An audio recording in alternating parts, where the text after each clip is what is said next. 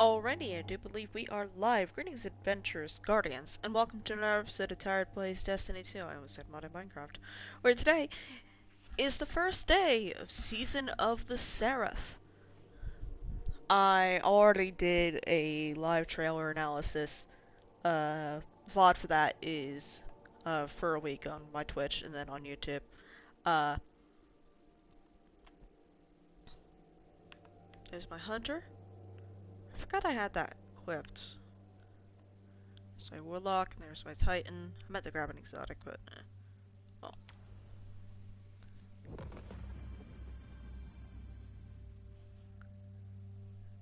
Alrighty.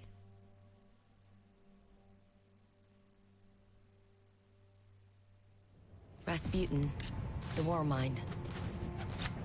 The most powerful artificial intelligence humanity ever created.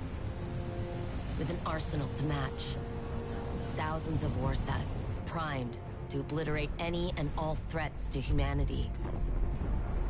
But when the greatest threat of all arrived, it nearly tore Rasputin apart. I saved the pieces of him that I could, encrypted them in a specialized engram. I've been trying to restore him in an experimental exoframe, but every attempt I've made has failed. Until he's back online, all of his weaponry is up for grabs. And it's only a matter of time before his warsats fall into the wrong hands. That was Season of the Worthy armor. Why did you display that if you can't get that?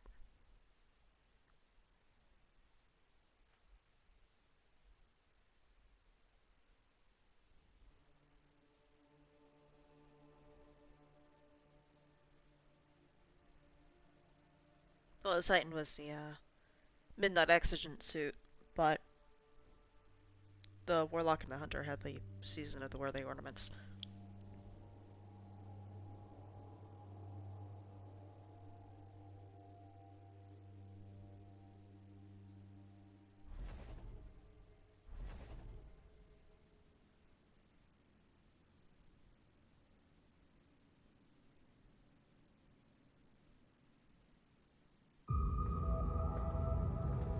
Oh. Savathun couldn't conceal every thought. Some I stole. One of Neptune. The collapse. A turning point. It's a blur. I cannot focus. Pass me the wrench? The Hidden found nothing there, but I saw it. Through the Witch Queen's eyes. A city set against the waves. Sounds like a trick. Cora thinks I need to rest. The gall. You've really made no progress while I was indisposed. Is that why you're here, Osiris? Cora won't listen. Wonder where she got that from.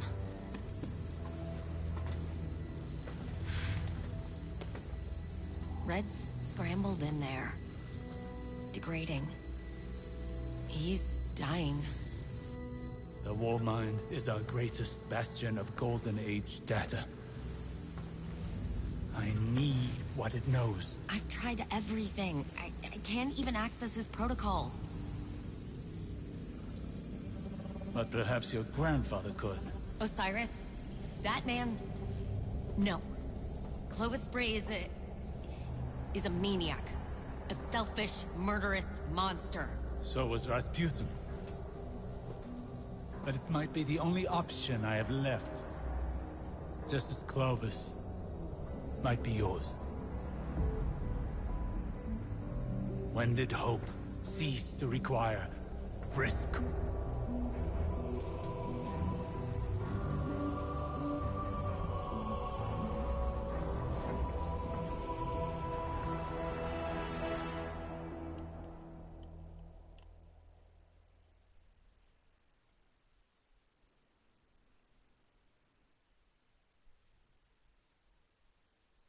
What was that?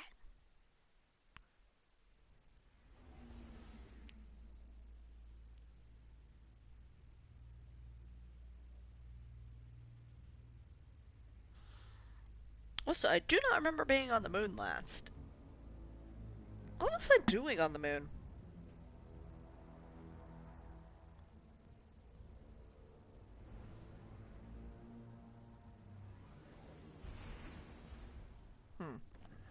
Hey, Guardian. Thanks for tagging along. We're gonna go have a chat with Clovis about Rasputin. Osiris, say hi. Young Wolf. Anna. Like old times. Osiris, you seeing this? Perimeter defense is tripped. They've never done that. I don't think Clovis is trying to kill us, but... Could be anything. We should keep our distance until the Guardian locks a transmat signal for us. Osiris, you're not going out on the field.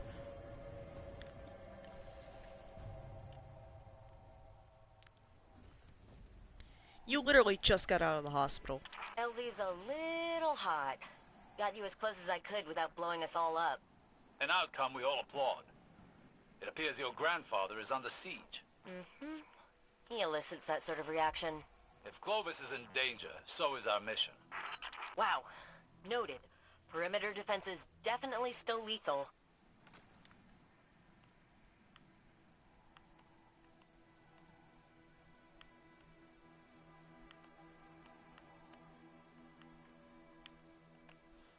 Oh, Anna's down, I guess.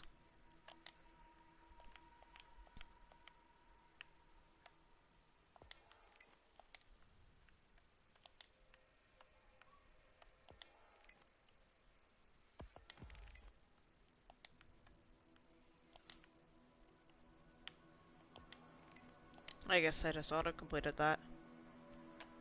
Moments of Triumph.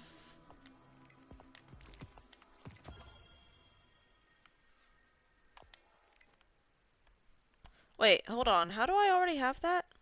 Oh, it's Empty Throne, not a... Not that.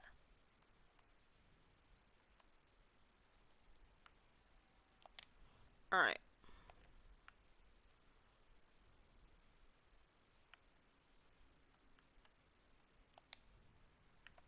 Bah. Clovis is under siege.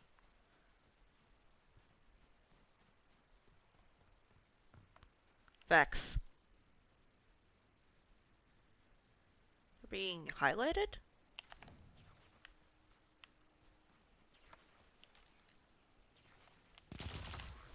Uh-oh. That's how long it takes to kill a goblin. Uh-oh. That's not right. The perimeter towers aren't accepting my credentials. Perimeter defense is zeroing in on you. Find some cover. Oh! Those icons are new. Alright. What happens if I'm invisible? Invisibility works. Okay.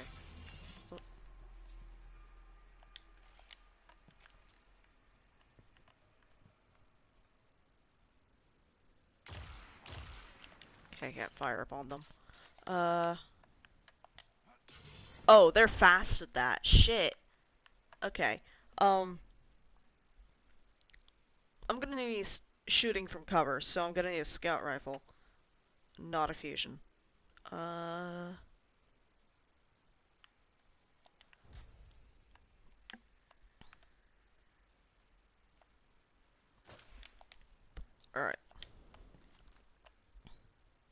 That's a pulse rifle. Great job, Tired. Alright.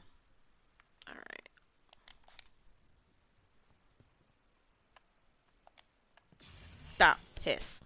Alright. Oh.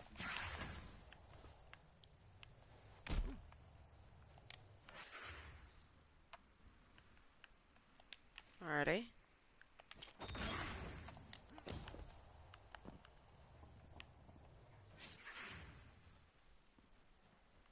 I don't believe for a second House Salvation hacked Clovis's firewall. Maybe the Vex, but he'd implode the lab before suffering the indignity of losing it. If that is even a remote possibility, we cannot miss our only chance at restoring the war mind. Yeah. I'll try to let him know we're coming so he doesn't do anything stupid.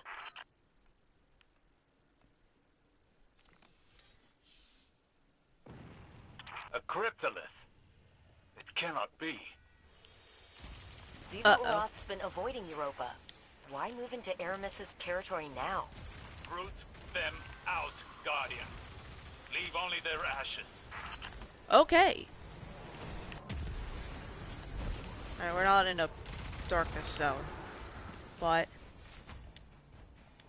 okay, I'm running low on ammo for that.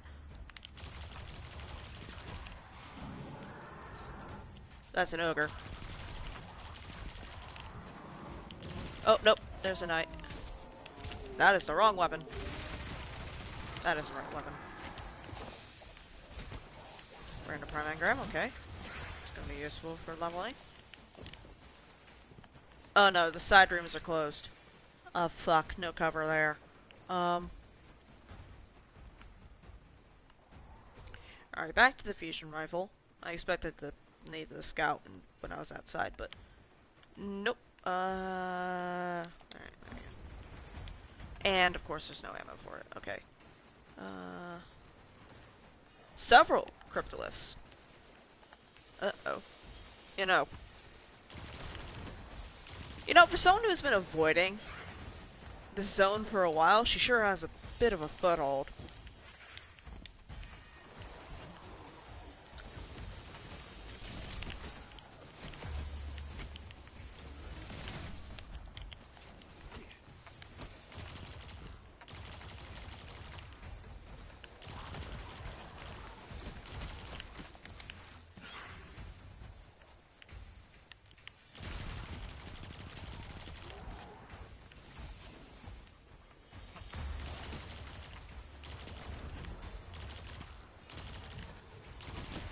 Maybe Zevu's going after this place because she realized that Aramis is a bitch, and Aramis has been off doing pirating adventures.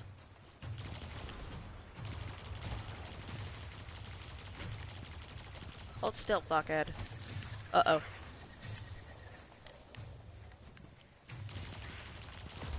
Oh, yes. Oh, resilient. I thought it said sentient for a moment. I was like, oh yes, a homing shank can be sentient.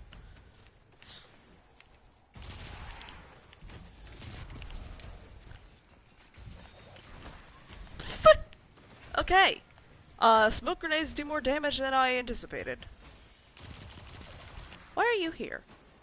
What the hell?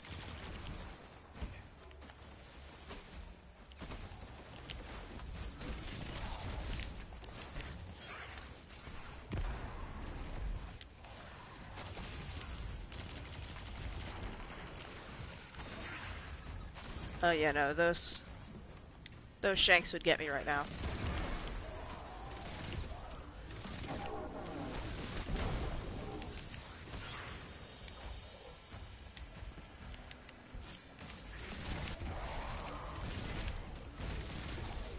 What the hell? What are you doing here, bitch? Right, well, I need to focus the boss.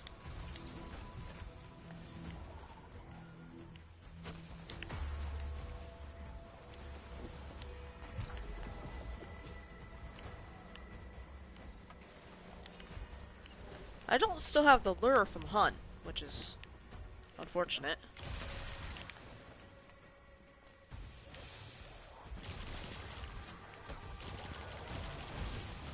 Besides, I doubt it'd work. Pretty sure, Zevu's gotten smarter than using old tech that I had access to. Alrighty. You know what? Fuck you in particular. Nope, ghost. Oh shit, stasis bomb, stasis bomb, stasis bomb.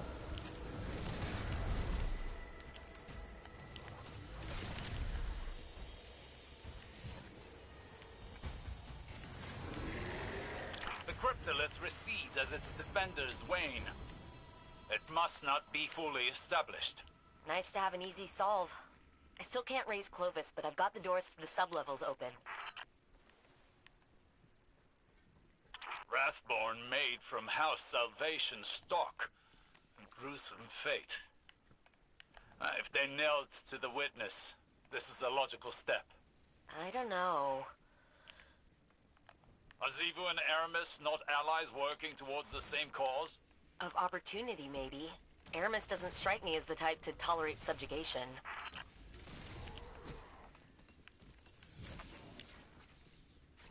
Why was that one there? Supposed to have cleared the room, but now I'm curious if there's a secret. There was a dragon of Shank just randomly spawning here. They weren't Wrathborn.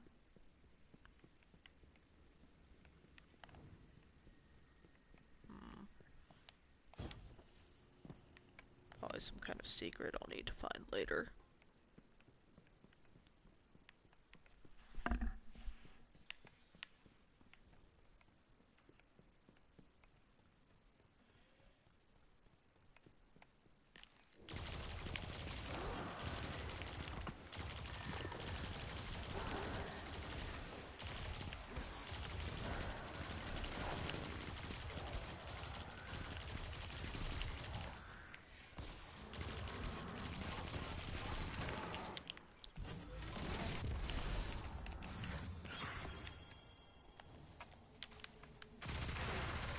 Howdy, bitch.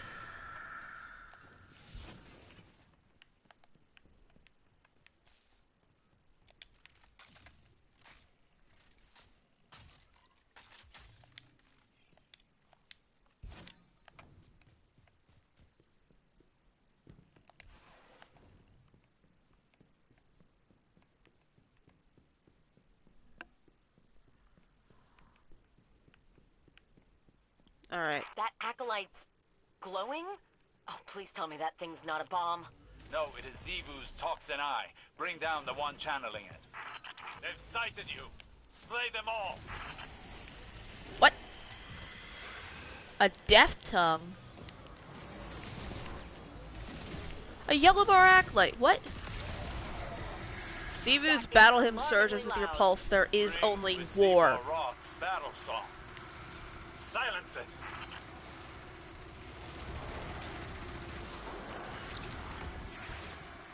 Battle song echoes. Means another acolyte has become a yellow bar.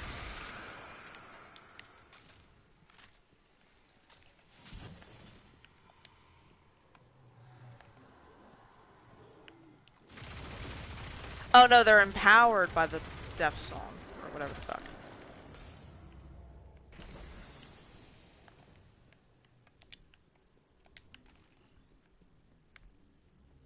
Okay, that's normal. The Hive's presence is an omen. There is more to this than we know. I'm getting that feeling myself. You sound worried. Even a single cryptolith provides Xivu Arath influence enough to worry. Don't wait long. Clovis may be in danger, and more tomb ships flood Europa's sky every second. Then let's not give them any time to pin us down. That's not normal.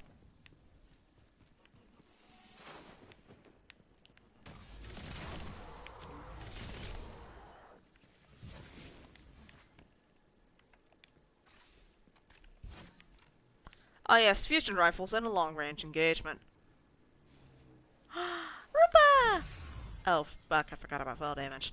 Hi, Roomba! Hello! I want to run. It's about to get loud. What the hell? The lab's protocols are cannibalizing each other. Cryptoliths incite conflict in mind and mechanism alike. Even the sturdiest blades eventually bend to Xivu Arath's will. Wait, I think I found him. Hello? Who is that? Anastasia? The one and only. Of course it's you. Remedy this immediately. I want minimal collateral. Stop whining. The Guardian's already on your doorstep. Quit your bitching. We're working on it. Alright, so we got captains. Oh, marauders.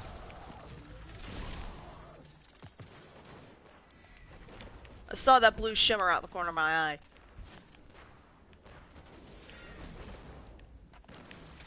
Uh-oh. There's something else over there. I saw it. A hunched form. What is that?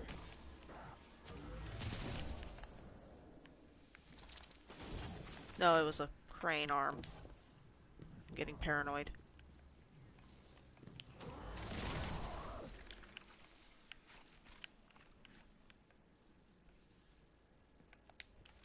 You better not be a fucking battle song, or battle singer, or whatever the fuck. Also, that concept's new. We knew about death singers, but battle singers is new. Oh, fuck. Oh, you did not get that, fucker. You did not get that kill credit. You did not even land a shot on me, you piece of shit. That was gravity, through and through. You are not getting anything from that, you bitch.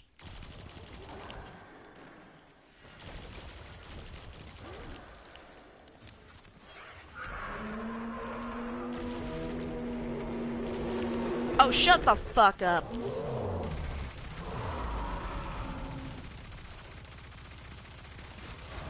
Let's get down Mr. President shit right there.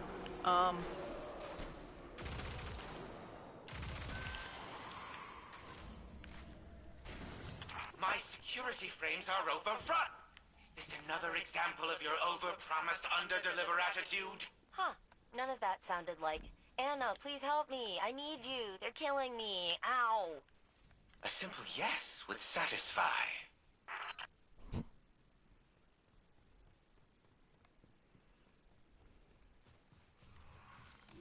Oh, fuck. Hey there, buddies. We got ourselves a little bit of a More cryptoliths. tech They wizard. want my brain, Anastasia. The access it provides, the secrets I keep. They're trying to pry me open.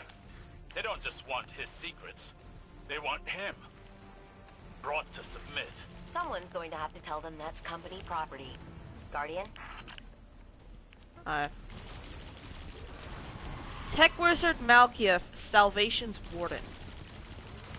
That's a hive name, but how's Salvation marking? Creation demolition sequence, excision, charge prime. Oh, what? They have his voice? Oh, that's interesting. Oh, Position compromised. Protect prey asset. yeah, no shit, the position's compromised. Uh-oh.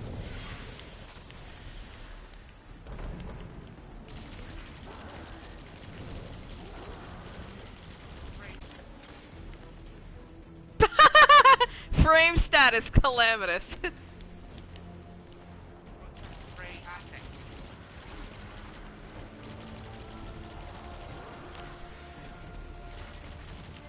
Uh-oh. Does that say the tech wizard returns to the fight? Blighted Knight. Position compromised. Protect prey asset. Okay, that yellow bar knight's gonna be a problem.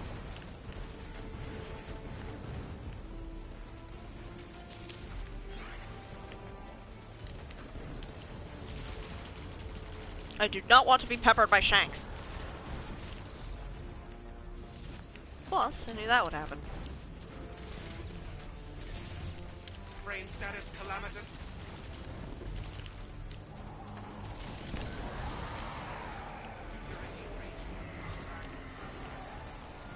Oh, it's a scorn. Finally. Now go reset creation security protocols. Return control to me.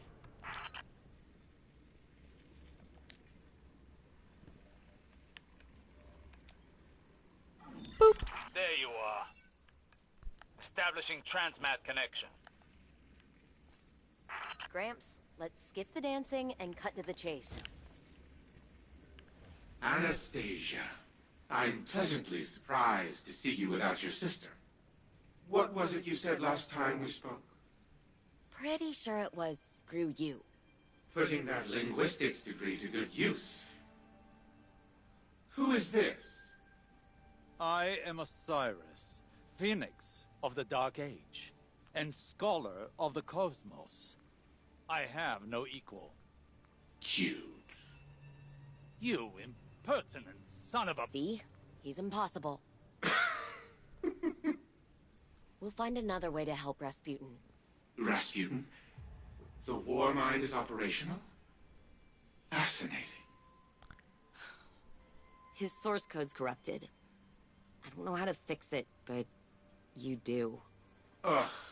You were always too preoccupied teaching the war mind to feel, to learn how it functioned. What don't I know? Simply everything, Anastasia. But yes, I will help you. Because you need it. And because no one else can.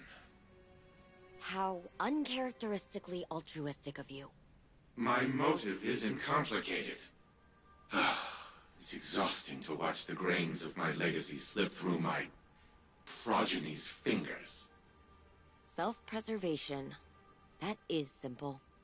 Partition your AI protocols onto this. I'll link you into my workshop. Then we rebuild Rasputin. Splendid. Once I am in control, all will be as it should be. The war mind will rise again.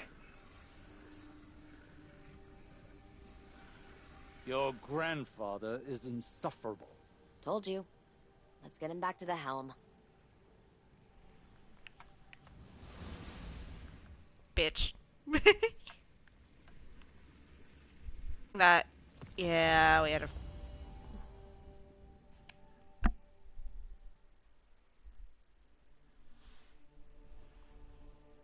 Salute to the fallen brethren. Alrighty, 1556.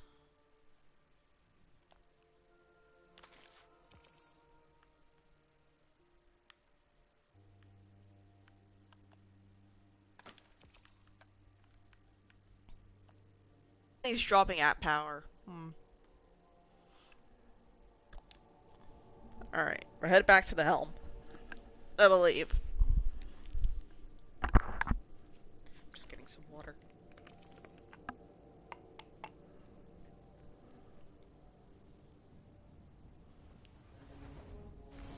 Yup, helm.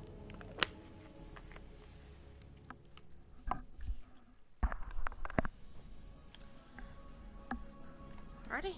New door open. Let me check the postmaster just to make sure I didn't lose anything. Nope.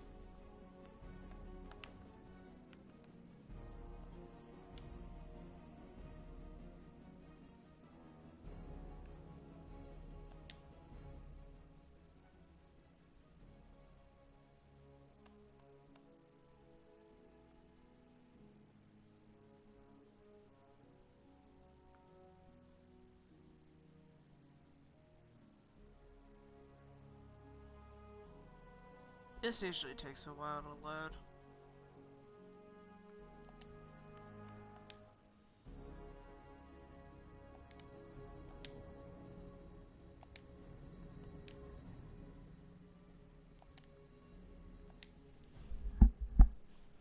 Oh wait, no, it's that's campaigns, not the Monument to Lost Light. I'm an idiot. No wonder why there's nothing there.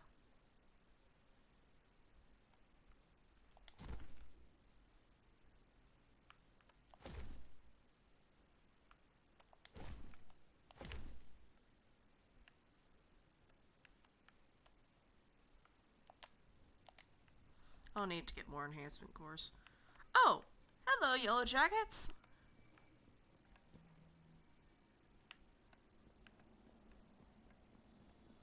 Oh, working with tower frames.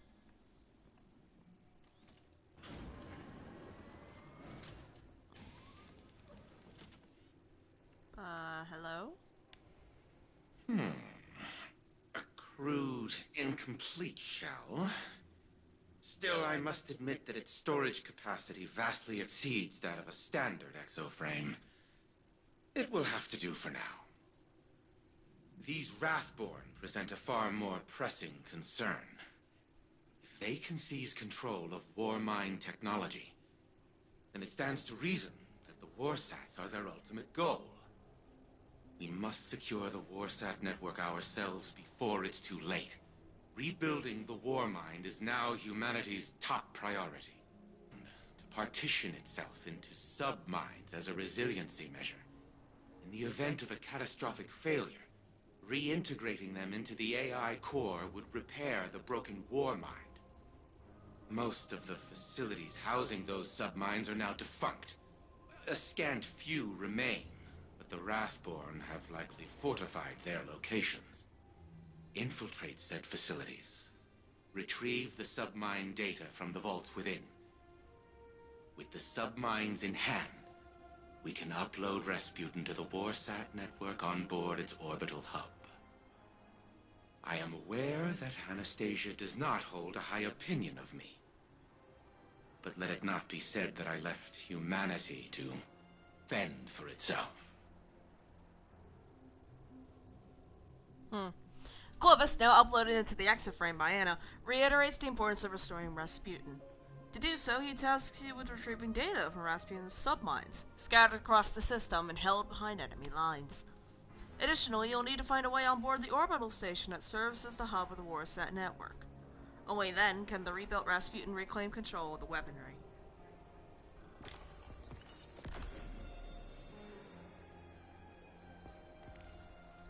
During the Golden Age, Rasputin partitioned a submine for Operation the Cosmodrome on Earth. Malahayati was its name. Unfortunately, the Fallen have either ransacked or destroyed all the installations that would have housed any of its data. However, Malahayati was created to guide colonization efforts. I suspect that an off-world backup exists within the Seraph bunker on the moon. You will test that hypothesis. Now go. It seems you have an incoming transmission from a like-minded party. See if they have anything useful to say, and then carry on with your mission.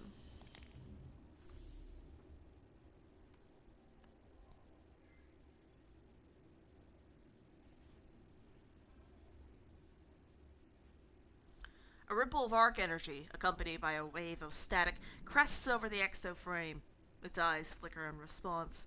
Clovis seems none too happy about it. Ah, what is that infernal racket? Sounds like music. The exoframe shakes its head as if trying to break itself out of a trance. The source frequencies are corrupted and scattered across the system, Clovis complains. Given the Warmind's obsession with this sort of thing, it might be an attempt of communicating with us. Clovis refocuses his attention on you. Use this resonance amp to compile and repair those frequencies. Perhaps then I can get some peace and quiet.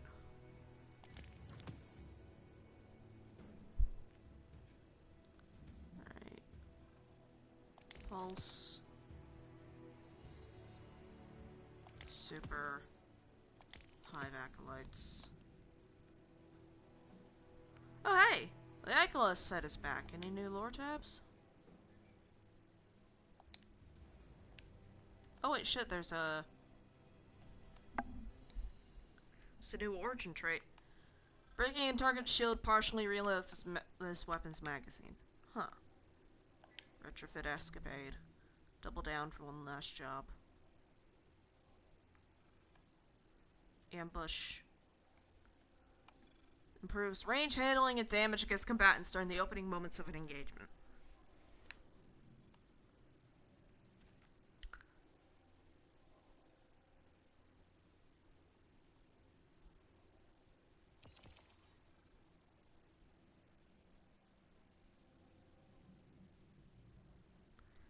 This is it! This is where legends are made! Anna bellows into an enormous, empty room lined with glass-paneled walls. A single console plinth rises from the floor. She turns to an underwhelmed Elsie. Shax would yell that whenever we stepped into a new Crucible arena. Now, they're all stimulated here. What else can it simulate? Elsie asks, hands at the console, mind opening to possibilities. A lot of things, I guess. You have to tell it what it makes, and the directions need to be pretty clear, like a blueprint.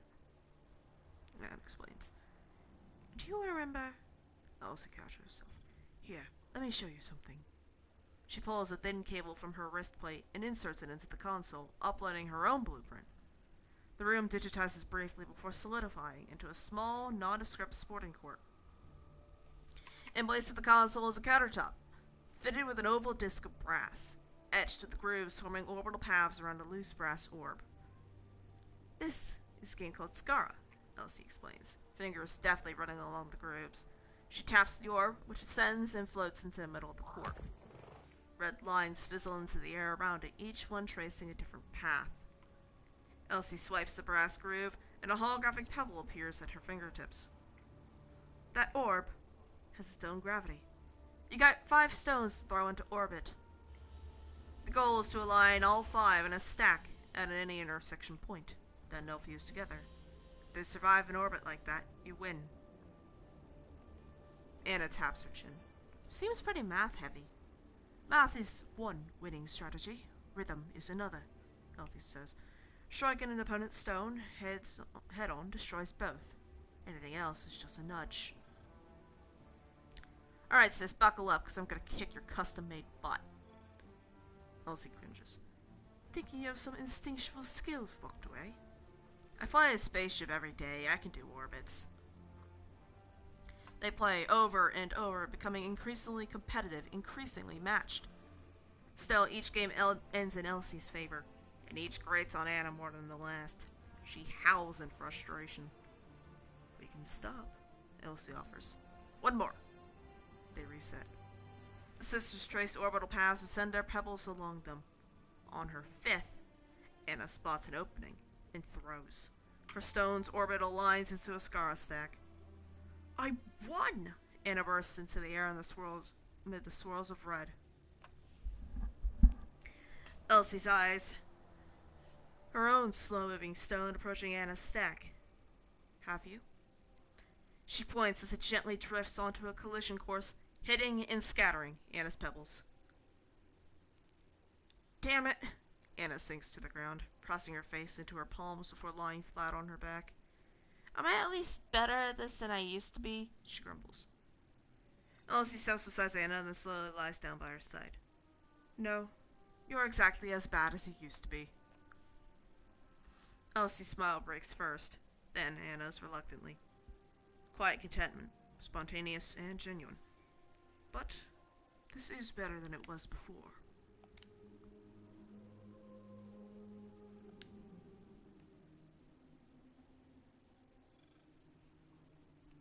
Judgment of Kelgarath. Carve unto me a tribute of wailing prayers. Hack Foundry Rebuild 001. Designation Experimental Project Vanguard clearance approved. Work. New haft, bound and dampening weave. Blade reset with reinforced tang, sharpening not needed. Emitter fitted and recalibrated, grip and housing reconstructed to meet human anatomy. Dark Blade Core 1 retrieved from on-site by Guardian Operator. Hive inscriptions decoded by Operator Osiris, translator of experimental record and print as follows. The black flame projection of Zivorath fills the Martian cavern. Below her, Kelgarath's broken blade rests atop a ritual altar. Both are inlaid with runes caked in dried blood layered like stratum. An ornately adorned wizard presides over the communal ceremony. They motion to the blade. This one has failed you many times. The cavern quakes with Ziva's whispered reply. Ruin births renewal. She reaches through her projection and coaxes the blade into the air, then cleaves heft the heavy hive metal from the weapon. What remains is a dark sliver, an imitation of Ziva's black edge. As victory hammers shapes, so does failure's chisel. The blade is reforged, a razor, painless edge, and subtle ends. Worth shall be measured. Zivaraf twists her claws. A haft condenses from swirling sulfire into solid stone and bonds to the blade. By her voice, the weapon is anointed. And judgment passed. At her command, a tear into the ascendant plane bursts open before her. Kelgarath steps from the portal. What can this humble servant offer death? The cavern fills with her answer. Claim Mars, possess the Warmind. Kelgarath barely recognizes the blade he once pledged to Savathun, now remade as he has been. He grips it, and in his grasp it spouts into a wicked axe, cored by a silver of Zivaraf's might. Rise, Kelgarath, Darkblade. Oh.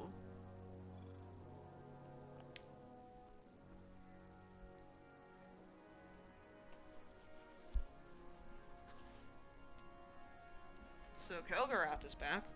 We kicked his ass back in season of the hunt, but it seems like he's returning. Aramis always looks scorn in their eyes. She does it to assert dominance, she once heard one of her subordinates say. Rather than correct them, she lets the rumor take root and grow wild and fierce.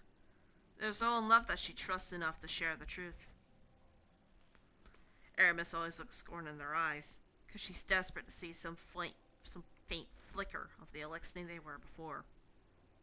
The first time the witness presents her with Pyrrhus, with whom Aramis fought alongside in life, she wills her expression into something that resembles human steel. A gift, claims the witness, but Aramis cannot find her voice, not even a feigned gratitude.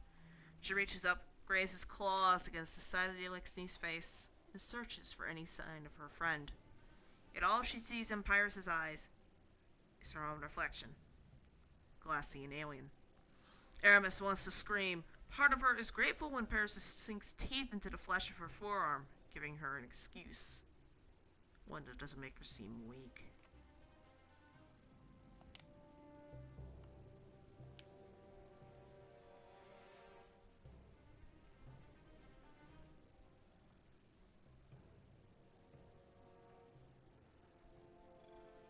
Identify yourself or be destroyed. Cadmus Ridge rests within the grip of a storm. Wind-whipped frazzle ice scours the exposed superstructure of bygone ambition. Steel crumbles slowly to the howling blind. Sleet swarms like locusts pecking rust on skeletal decay. A patient war. Inevitable. Entropy. Storm halts as if detecting a predator on the wind. Quiet settles in the moment. A cloaked vandal stands, and the silhouette of their camouflage breaks against the stillness. A cloudburst splits the sky, turning the storm and sleet to a surge of needling rain that perforates the vandal. Soulfire rifts tear open to expel 3 gargantuan hive tomb ships. They slowly drift into formation unthreatened, positioning themselves above Race Reborn. From their hulls spill ruins of black fire that meet between the ships and ignite into the projection of a bladed terrace, casting Salvation's new home in shadow. It is as night. The distant light of the sun is choked from the sky. A voice booms like thunder. Hear the din of my rapture. Welcome me into your arms. Celebrate my arrival and know me again, for this world has always been mine. Deep within Bray exercise creation, Clovis Bray I rouses from infernal calculus. A maintenance coordination AI has signaled an emergency. What is it? Clovis demands. A monotone version of his own voice responds. Unknown craft has entered Europe in airspace. How shall I respond? Broadcast my voice and arm the perimeter, Clovis orders. Affirmative. Ready upon speaking, AI informs. Alien vessel, this is Clovis Bray. Identify yourself or be destroyed. The thunder, distant, no quieter, responds, I am war.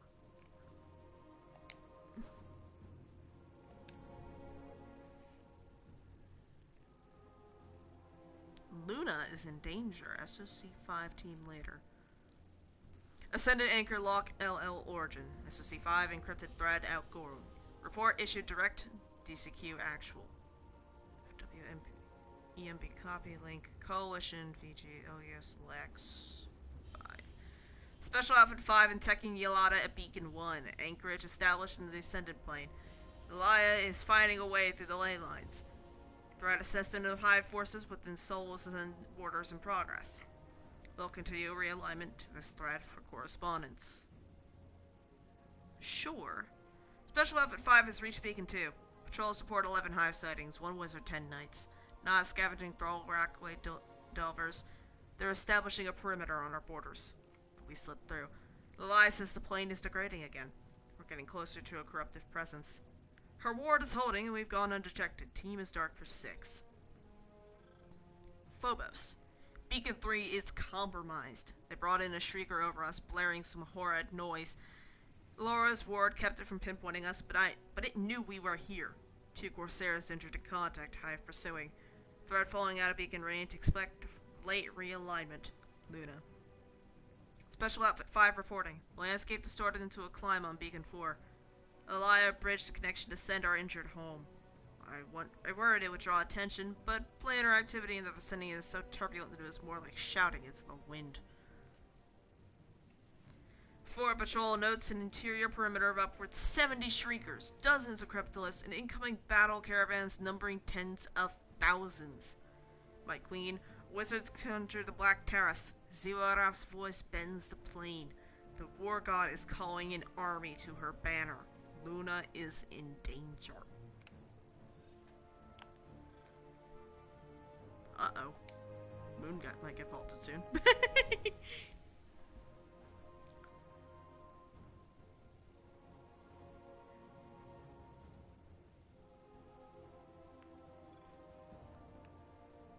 Remove what brings you pain.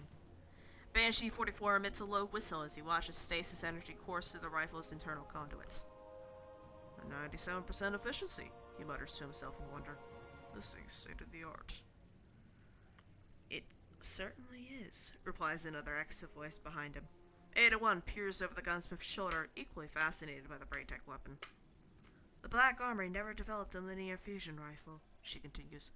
Our forges lacked the necessary precision. LFR is a special breed of gun, Banshee says. He turns his head and notices Ada focusing on the weapon. You ever want to take a crack at making one? Ada holds her hands in front of her, taking a moment to consider. No, she answers quietly. The forges were built out of fear. We thought that even in the Golden Age, humanity needed an arsenal to defend itself. But they created more conflict than they ever prevented. Weapons tend to do that, Banshee remarks knowingly. He meets Ada's eyes. You never been reset? Remember everything after you first woke up? I do, she replies in a haunted voice. Every fallen raid, every warlord grasping for more power. Banshee nods to himself and runs his hand over the contours of the rifle. I've been reset 44 times, he says. I forget about most of the guns I make. Don't know who uses them, or what for. That sounds awful, Ada replies. Sometimes, Banshee admits. But between the two of us, maybe that makes me the luckier one.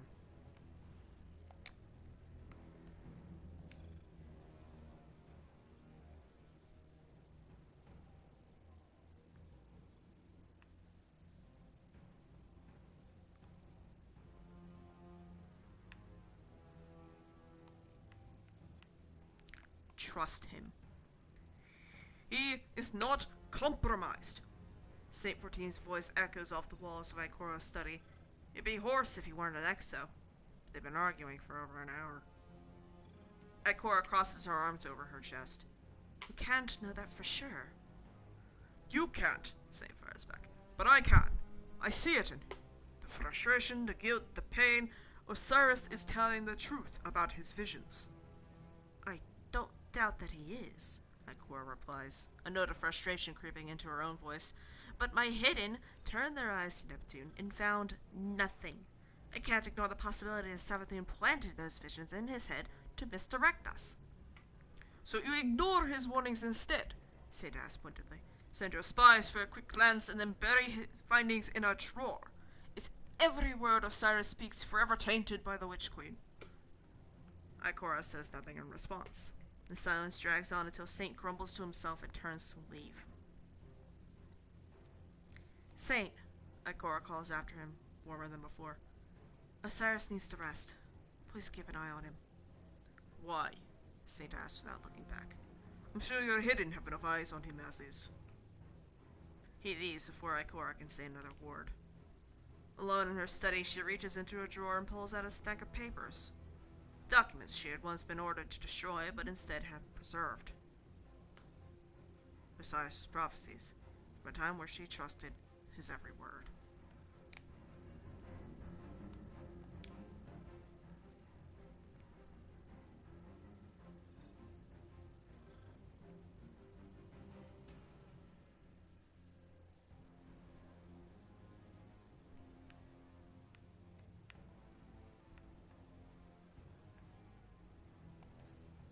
Caught alone in the tangled web.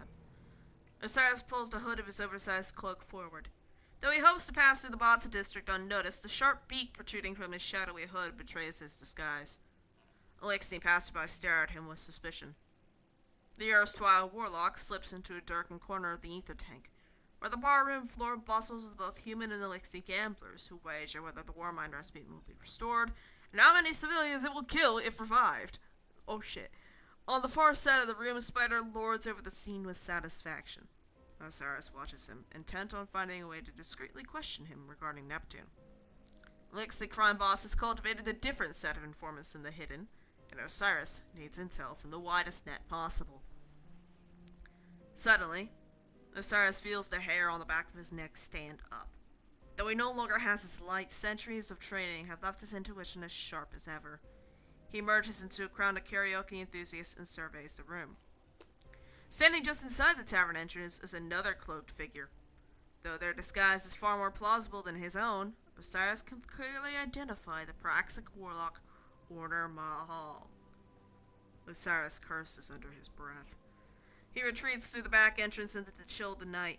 Osiris feels the darkness close in around him and wonders who among his former allies still trusts him.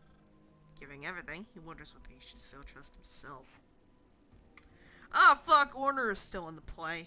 Ah, that bitch.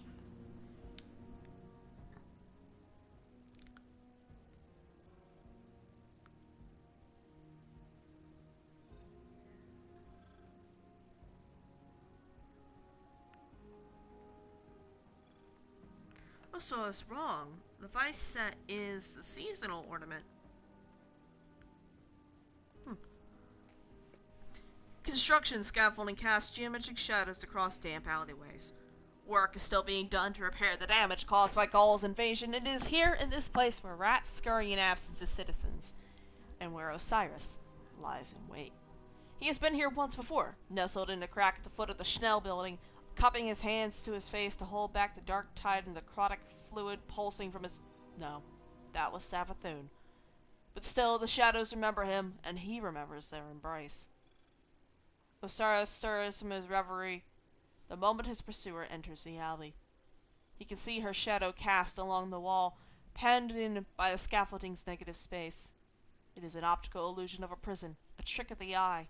Order Mahal notices the configuration and appreciates the symbolism of walking to a spider's web, just before Osiris lunges from the darkness, grabbing her by the collar of her robe to slam her up against the opposite wall. Order grunts on impact, her gaze trailing down to Osiris' trembling hands holding fistfuls of fabric. While his stare is ferocious, his strength is lacking.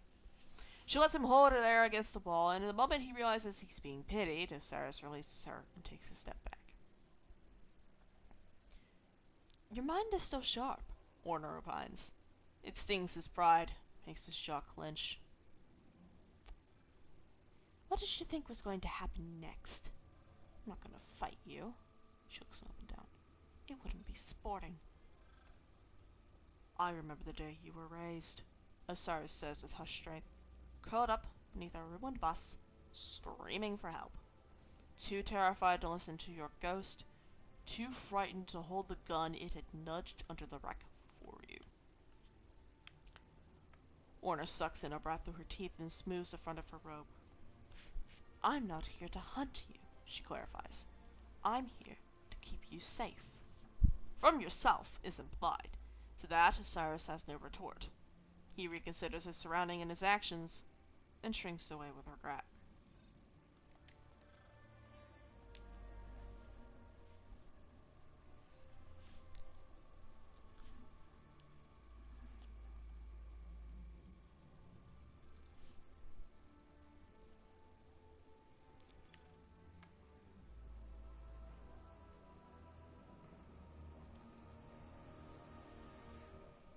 Every instinct tells Osiris to fight, and yet...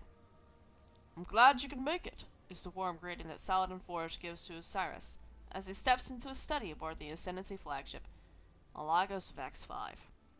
Cabal architecture blends with rustic human furnishings that would not look out of place in the Iron Temple. Tea is already steeping when Osiris joins Saladin at the table, the aroma of black Assam bringing back ancient sense memories. I assume your tastes haven't changed much, Saladin says, gesturing to the tea. Did Ikora ask you to check on me? Osiris asks, and realizing how defensive it sounds the moment it leaves his mouth. He masks his bitter regret by taking a sip of the too hot tea. No. I wanted to check on an old friend. Saladin sits forward, creating his own cup without lifting it from the table. But I see you survived a lightless encounter with not one, but two hive gods. I'd say you're doing better than most. The pride in Saladin's voice makes Osiris' stomach turn. Not out of uneasiness, but out of shame. And yet Saladin's certainty isn't patronizing. It's not in his nature to be.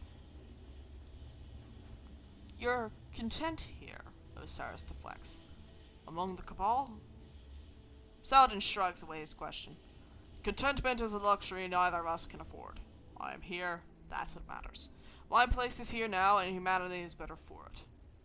A moment of silence hangs over the two, and Saladin is the first to brave that space. How long has it been since you and I took tea together? I can't even remember, Osiris says.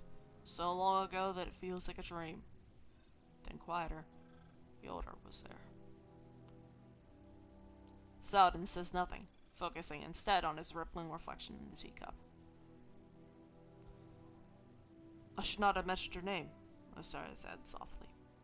No. Saladin's response is swift and firm. I don't want Yoder's memory to fade like so many others. It may hurt to remember, but the pain reminds us that we lived.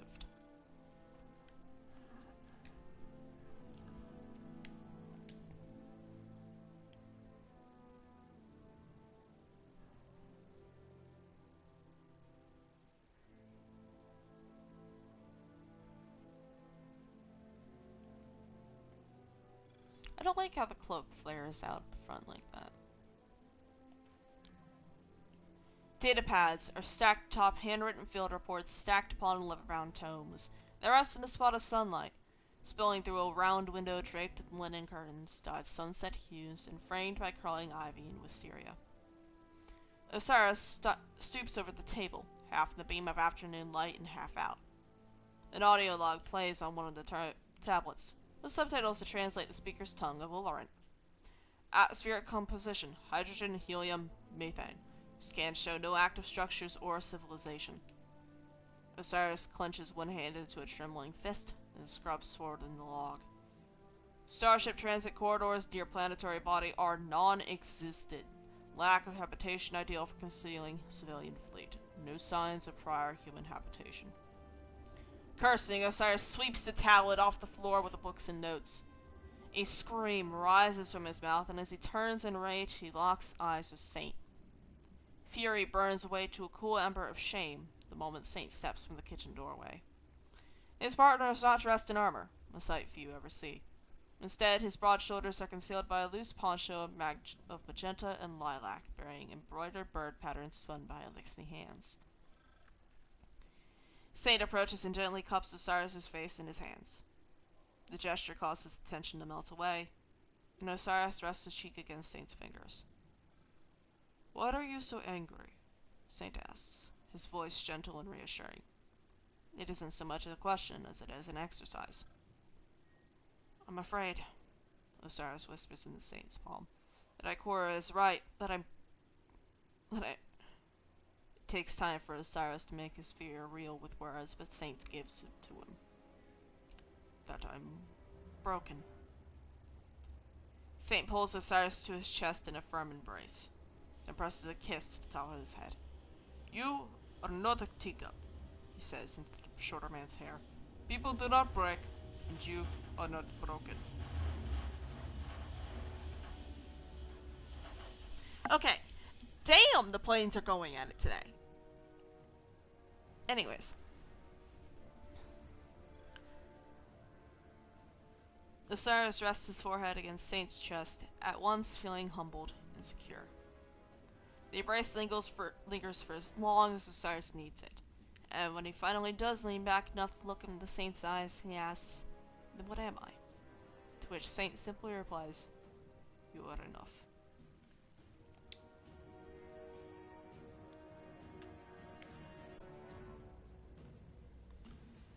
What was that I had to do again? Hollow projector? Ah, here. You got distracted reading more. Oh My no, the bitch crosshairs queen. whisper your name, Guardian. You have found yourself an adversary in YAAAA, and a cunning opportunist in Clovis. Yes, we are always watching. A protective eye to precede an assisting hand. I bring information. With Nezarec out of play, our enemies pursue a killing stroke. Aramis has yet to resurface, but in her absence, agents of YAAAA swarm Europa. House Salvation seems to be assisting them in despoiling Clovis Bray's installations. While I've yet to discern an exact strategy, Anna and I agree they may be trying to wrest control of the Warmind's power on the Witness's behalf. I fear they're forging inroads for an invasion. YAAAA's forces mobilize within the Ascendant Plane. My scouts report her hive prepare to assault the Warmind's bunker on the moon. The submine that rests there is in danger. Shape this knowledge into deathly intent for our enemies, and the Warmind may yet be restored.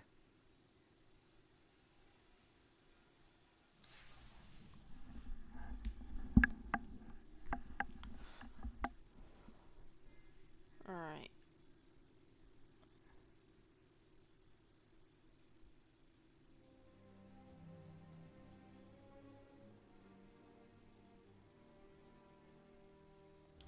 So, go to the moon. Heist Battleground Moon completed. Alright.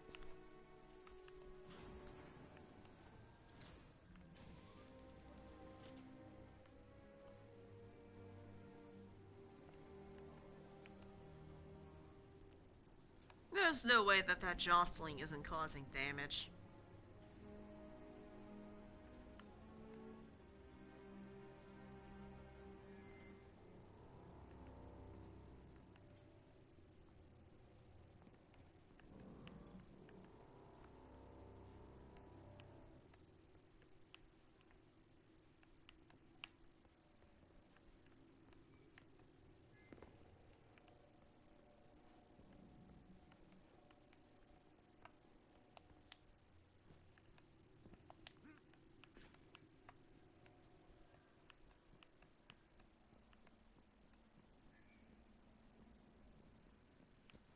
Right.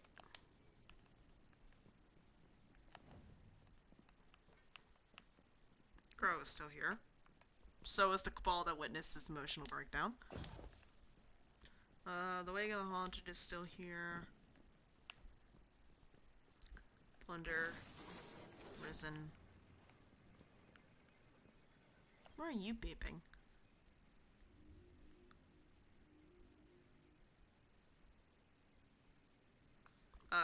Legacy Captain Atlas.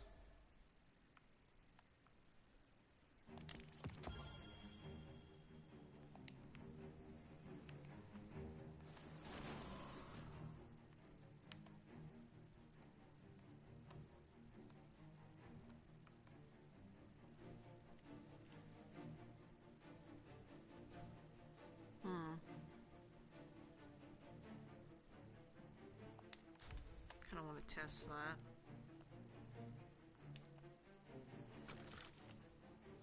Alright. Wait, hold on, I need the, seasonal perks.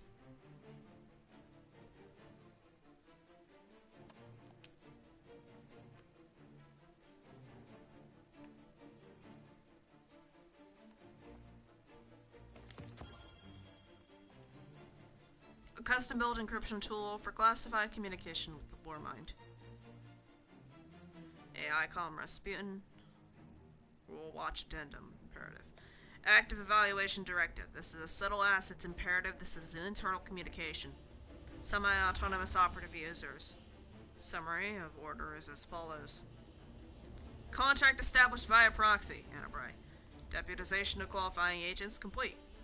Access to Devalian Ford, experimental ordnance and armor. Granted. Ad hoc situational analysis and tactical response efforts. Authorized. Gelator reflexive to generate novel function per provided parameters. Missing justification. Potential degradation of trust across external designations. Hypothesize that reinforcement of trust requires physiologically proximate assets to conduct prolonged social interaction.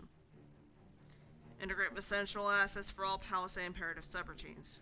Submit classified internal comms directly to AI-Com Rasputin. Receive encrypted internal comms from AI-Com Rasputin. If Archangel is silent, operate per Coletta at flexive parameters. Seraph protocol initiated. I placed my trust in you. Earn humanity's trust for me.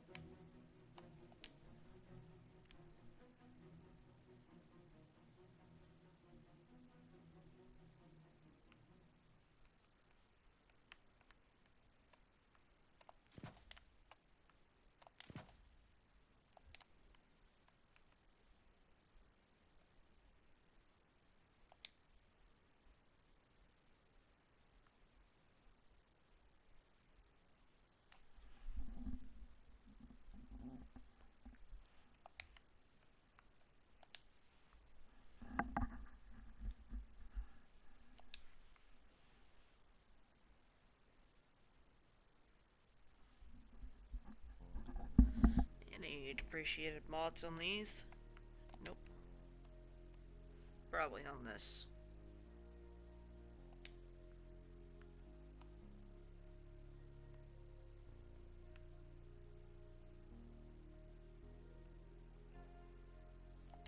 No?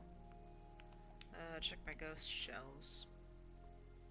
Because I know they removed all the, planetary material trackers.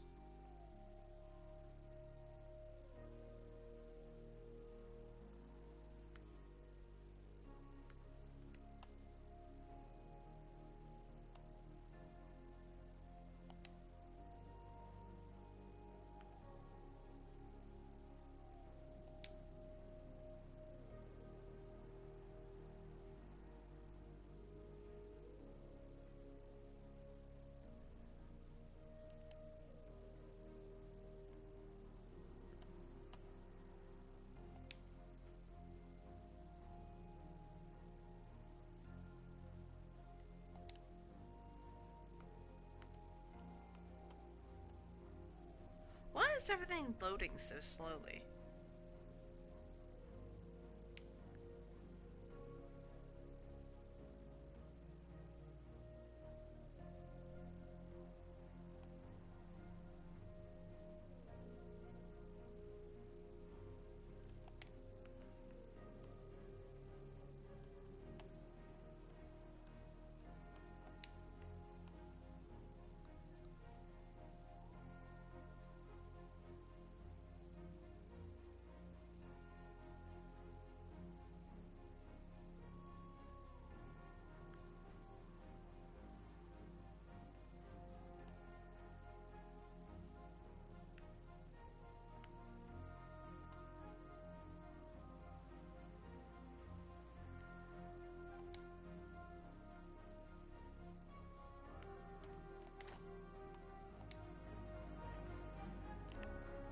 And no, this is the gun that, Atris noticed in the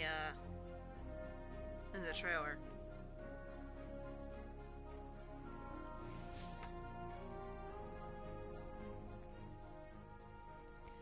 Alrighty, so...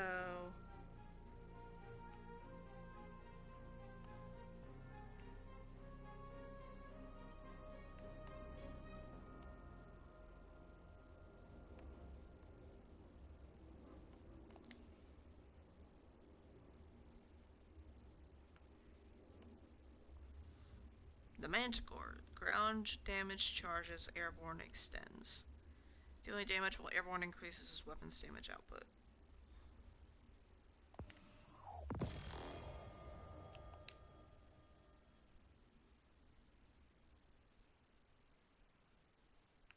Airborne effectiveness, 30.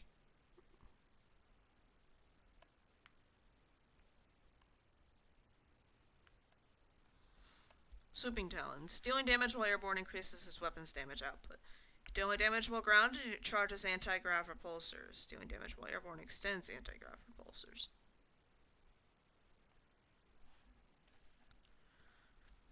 Across the Ascendant Plane in the Theater of the Mind, a queen and the war god do battle. Within their arena, elocution becomes a spear, in conviction a shield. You are small-minded, stabs the war god. Short-sighted, you value life over victory. Her words are sharp, her thoughts malicious. The queen parries and counters. You are single-minded, she thrusts back at her opponent. Myopic, you are war and nothing else. A glancing blow, the war god retorts. War is eternal, you are not. You wither and die like your armies, your subjects. The war god's spearhead finds purchase. The queen is struck, but not felled. She adjusts her tactics and attempts once more to puncture her foe's armor. War is ever hungry, she answers. You must fight forever, or it will consume you instead of your enemies. In truth, you are not war, merely its avatar. A deft maneuver. The war god is surprised and pleased.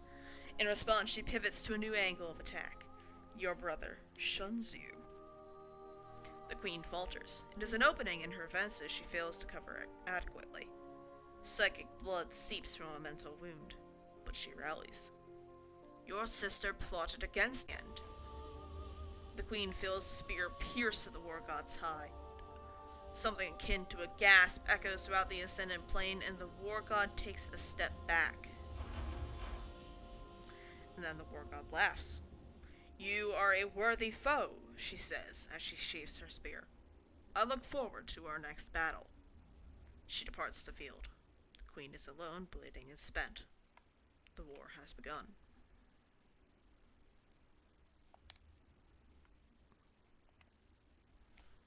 I'm gonna check her shaders.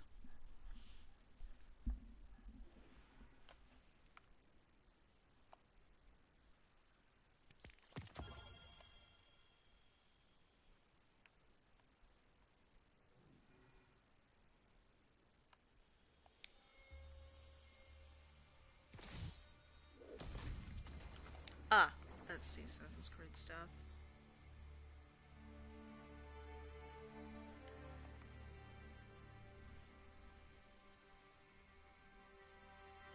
Did not mean to switch out and back. Lightfall.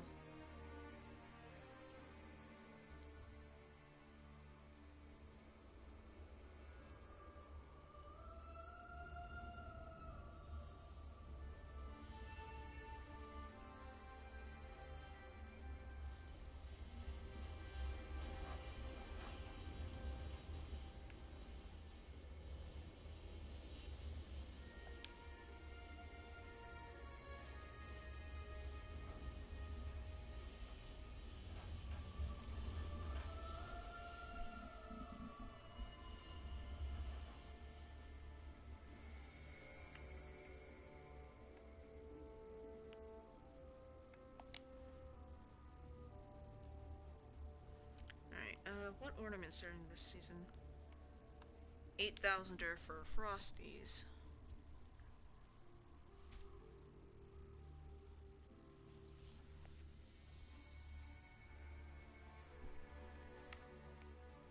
Oh, so like climbing boots. These actually don't look bad. Isochrono Nano Fluid for renewal grasps.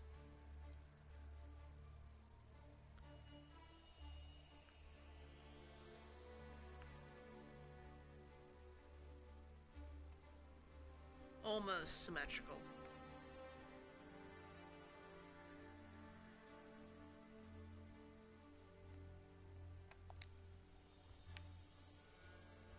Three glowing dawns. I really like how that looks. Calyptra.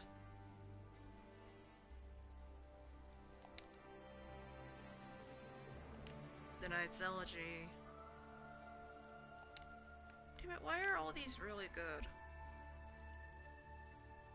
Oh. No Double burden.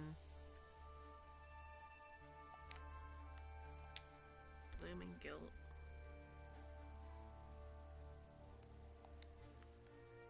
Gower foam. This is based on the Nerf rocket launcher, which I'm guessing based on this is going to be shipping soon. Open hands for Lawrence Driver. Not bad, but I prefer the golden ornament for it, which I can't get. Sad. Game?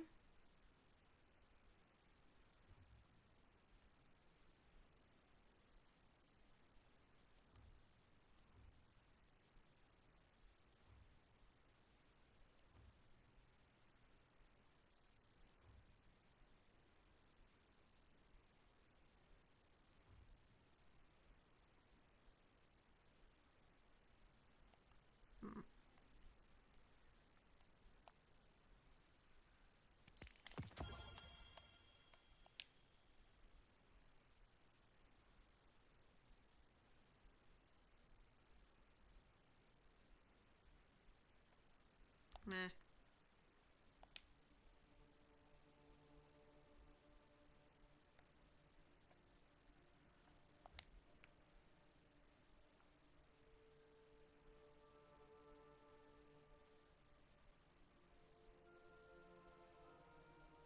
Alright. Now we actually do the mission. It's spend enough time reading lore tabs and looking at cosmetics. Now we actually go to the moon. And do the thing.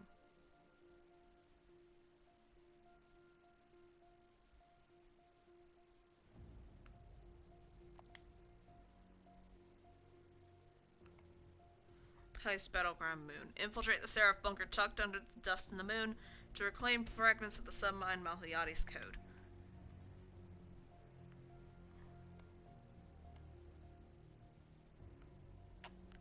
Grounded. Heavyweight. Arc Singe. So no champions.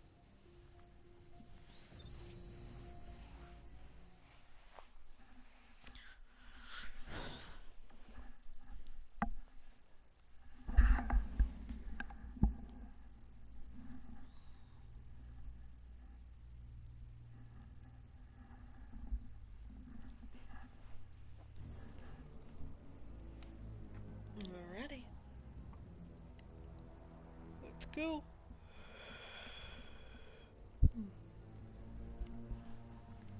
While we're loading, Chad, how are y'all doing?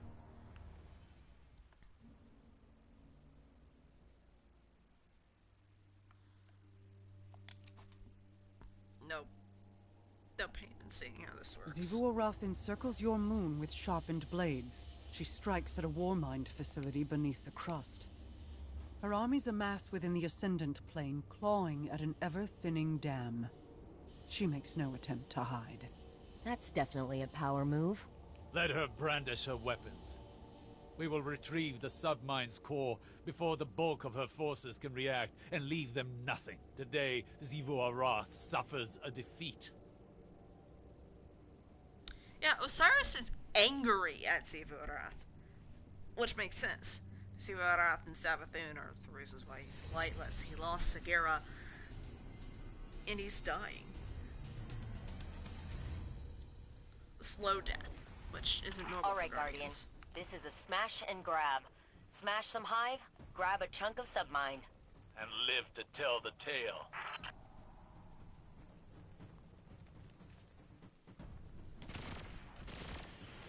Cryptoliths. Slay the Wrathborn, and they will wither.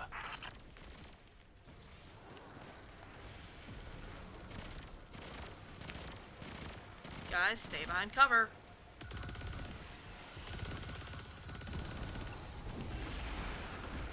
God, I hate how little ammo this thing has.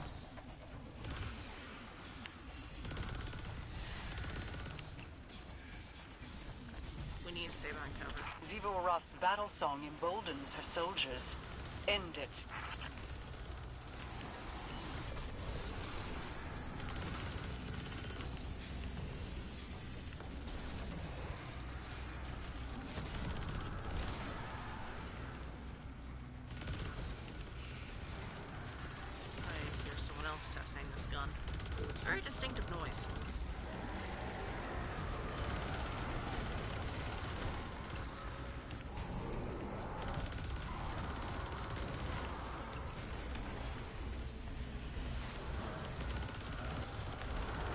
shit. I hover. I'm flying.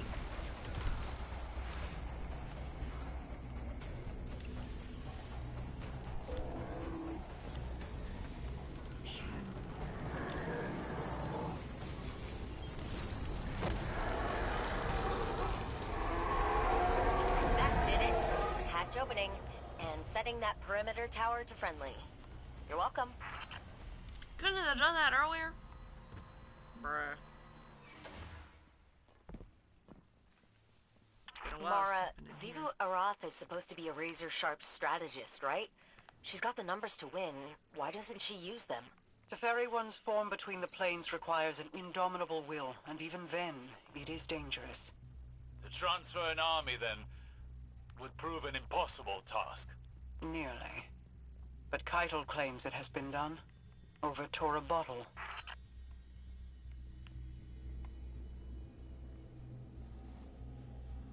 Alright, let's not die to fall damage. Oh, or that. I hit a rock, the other person hit... Oh, that's a... shredder.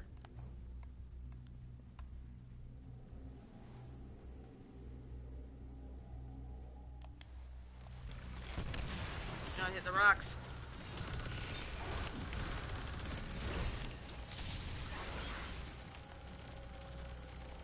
Scorn on the moon is a first. They shipping these in from Savathun's throne world? No, these Scorn have not passed through the Ascendant Plane. They were exhumed locally.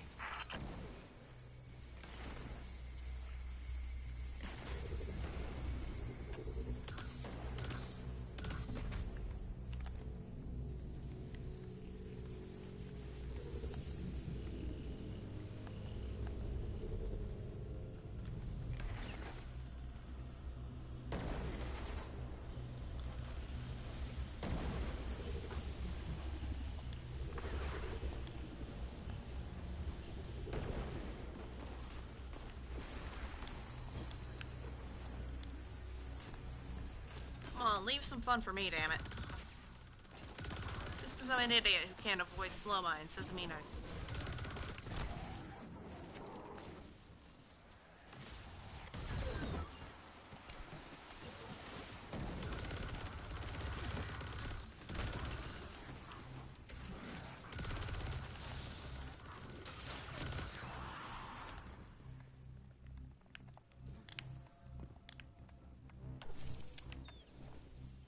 Oh, operator, would you mind patching me into that console?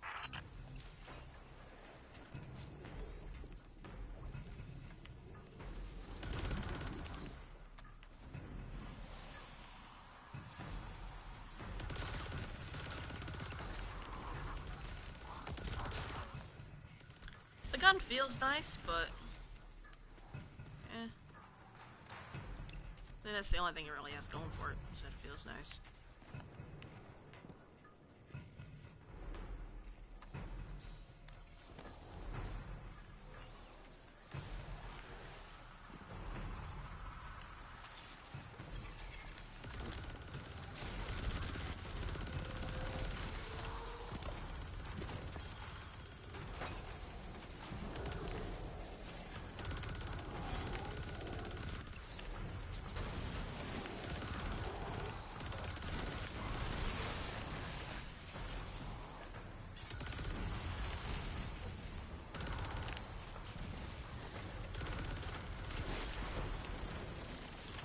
Cipher structure is prehistoric. It's just endless data nesting in data.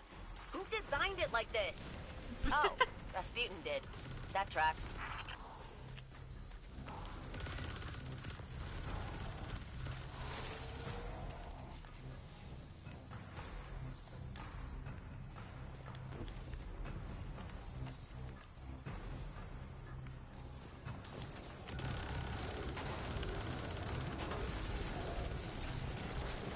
Okay, this thing needs, like, subsistence. Like, hyper-subsistence. That should be its catalyst.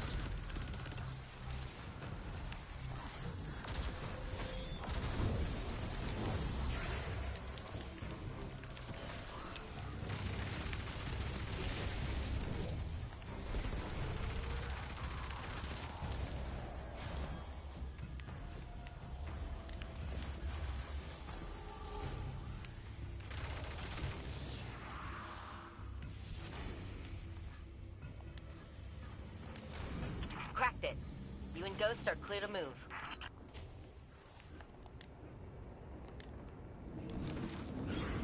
Uh-oh.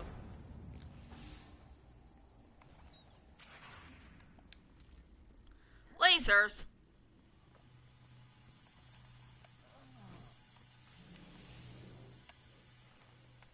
Piss. I moved right at the wrong time.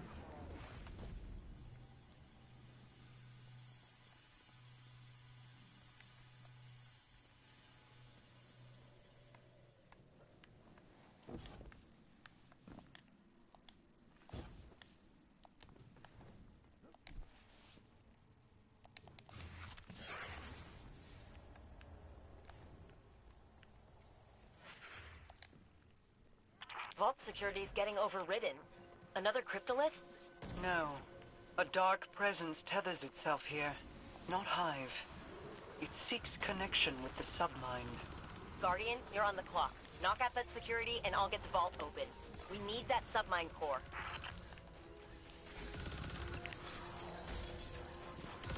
This thing desperately needs subsistence. I'm counting that.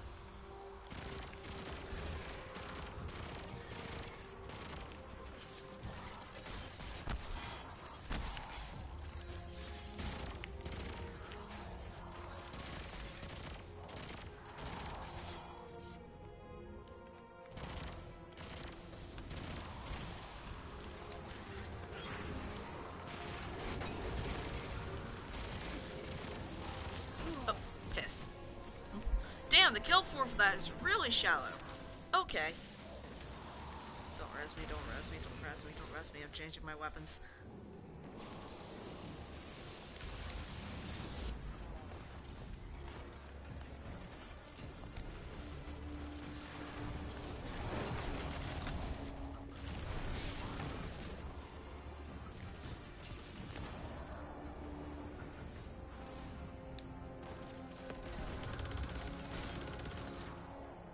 Is all this technology weaponry? Not quite. Every submind has a memory center. All this is Mala Hayati. It was Rasputin's favorite. Sort of like a protege. Perhaps this submine will be a source of answers then. Only if we seize it before the Scorn corrupt it. That'll do the trick.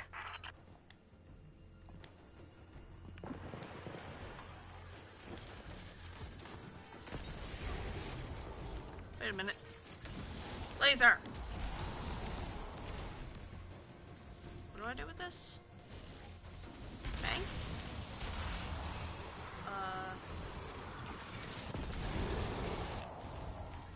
Kill? Vault open. All right, Mala Hayati, here we come.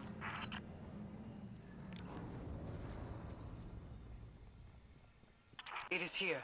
A Scorn mind is tethered. I cannot see into it. Go, Guardian. Waste no time removing it.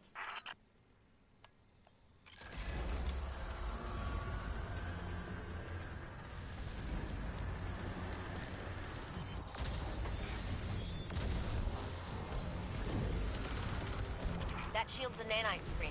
Shrugs off most things. A power surge will disrupt it.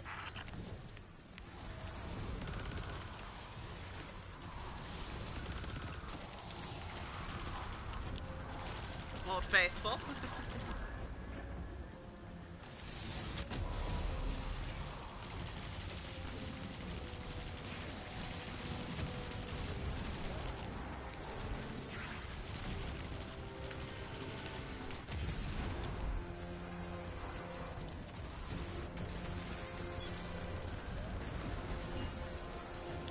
What do I do with this? Oh, deposit.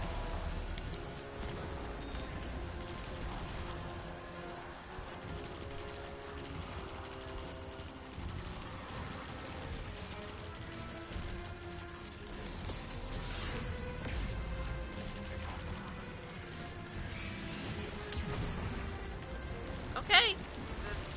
Yeet, I guess.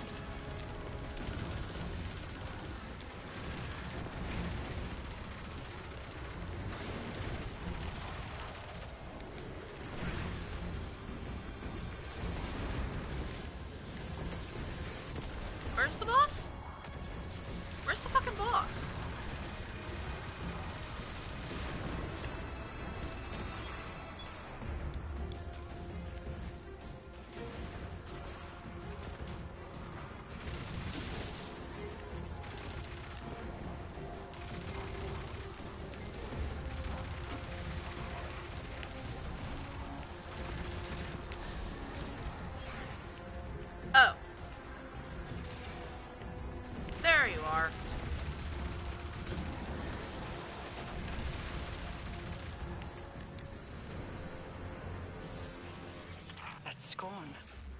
Her armor. She served as captain, a marksman under Aramis. Risen as a nexus of Xivu's control here, to exert her will on the submine. If that's what it was doing. To defile Aramis's house. This is not an act of desperation. It is punishment.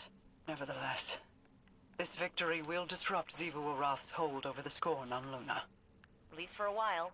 I've got Mala's core packed. Exfil incoming. Go. I still hold questions that require answers. Time will tell what they are.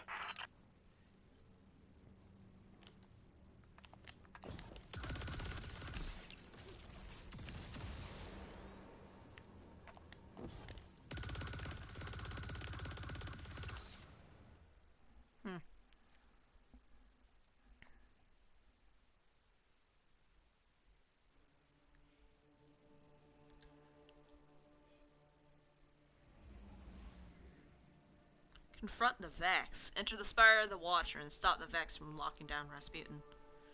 Revive the Warmind. Board the Warside orbital platform to integrate, recover the submines, and revive Rasputin's consciousness.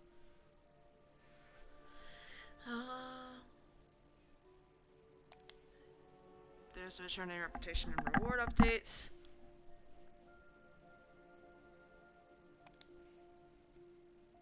Moments of Triumph.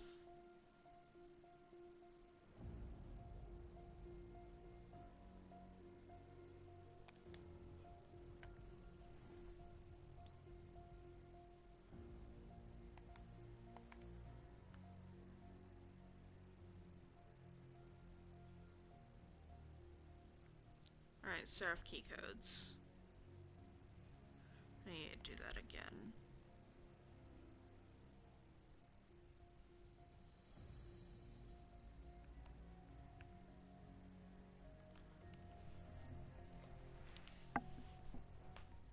Ah, God, my hip popped. Ow.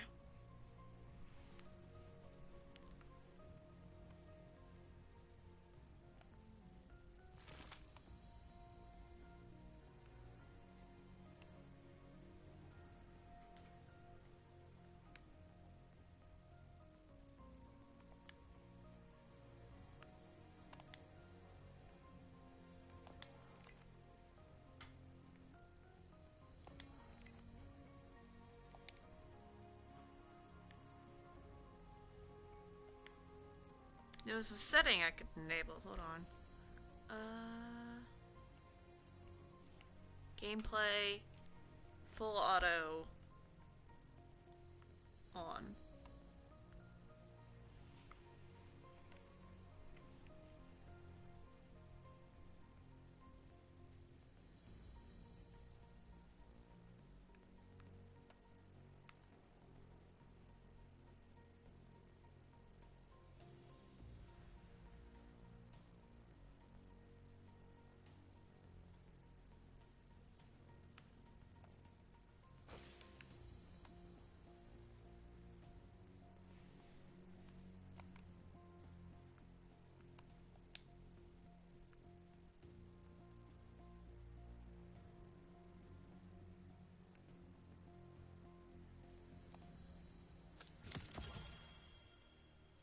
Oh, the sides flared out.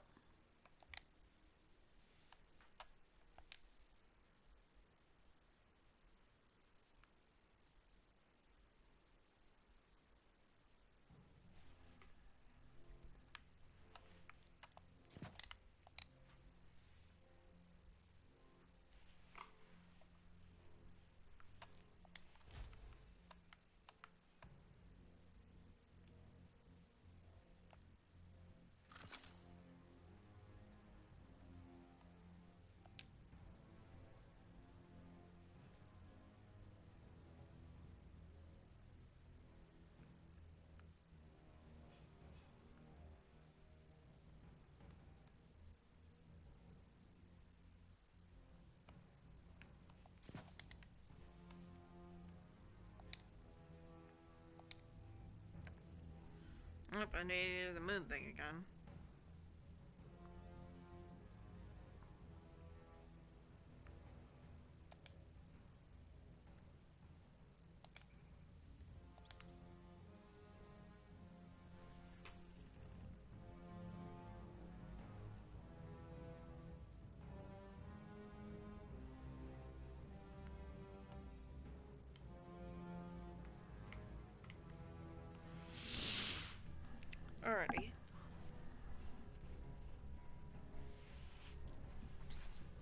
got a... Was it an artifact upgrade or a season upgrade? No, it was artifact. Okay.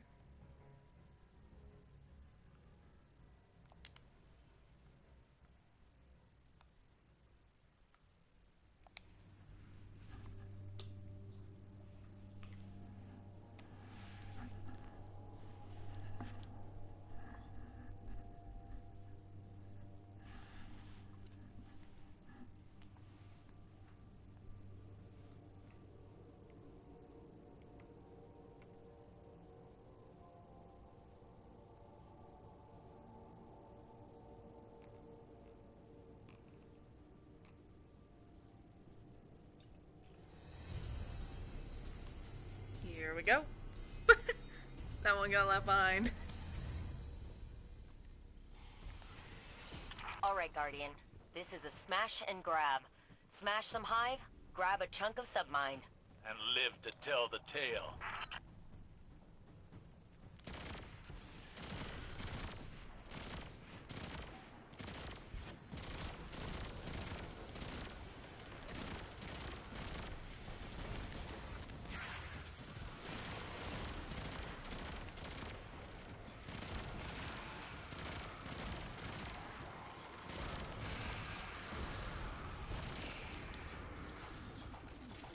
Swag like Ohio.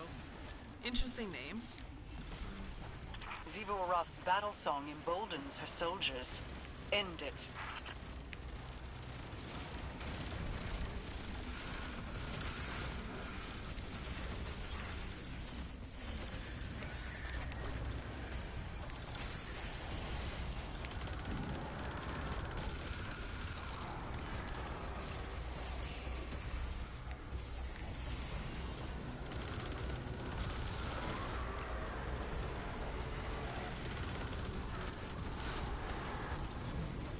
You know, the catalyst for this thing needs to either give it a bigger magazine or give it assistance.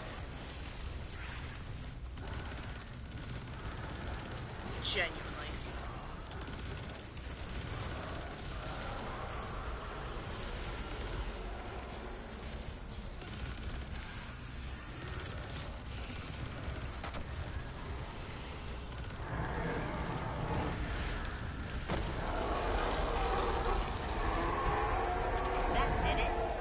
Opening and setting that perimeter tower to friendly. You're welcome.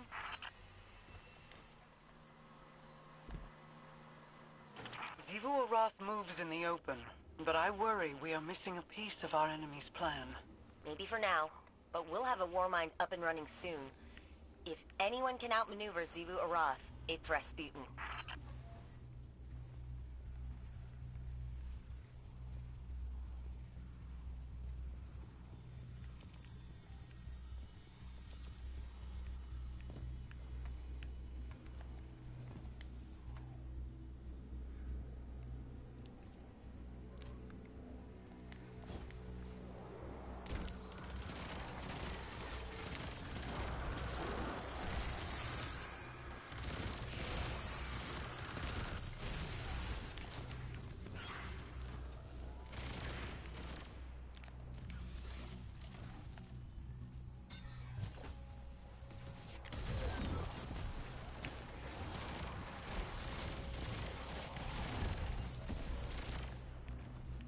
Fucking trace rifle beam just go.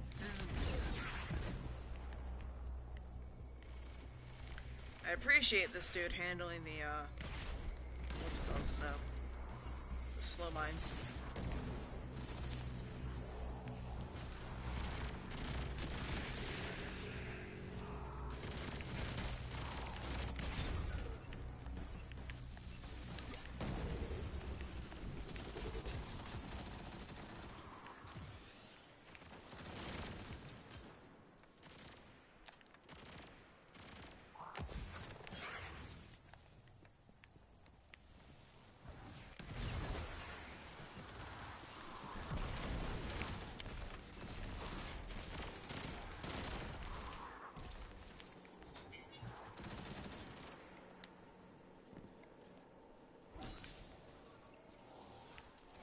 Patch me in and I'll get that door open again.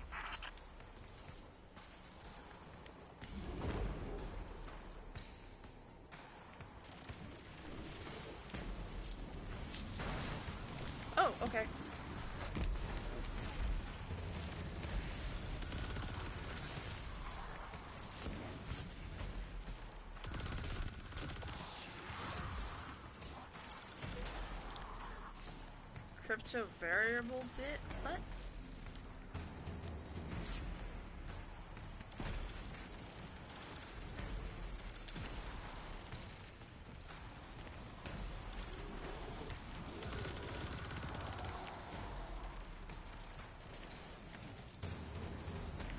I don't know what happened there. Maybe me jumping while firing did that?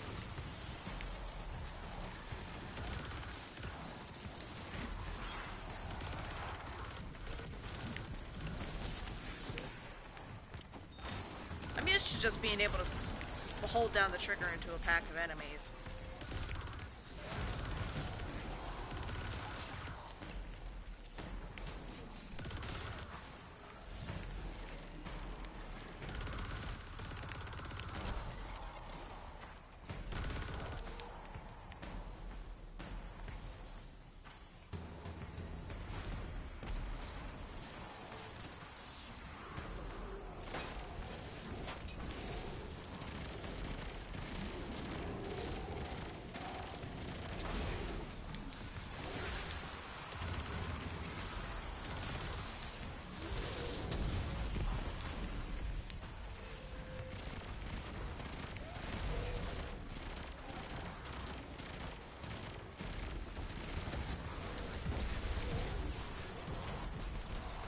I still prefer to, like, even though I have the full auto, I still really prefer just to tap the trigger myself.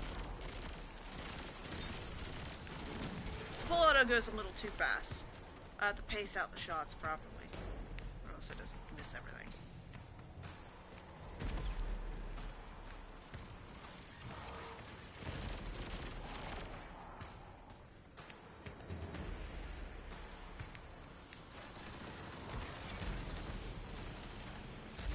Cracked it.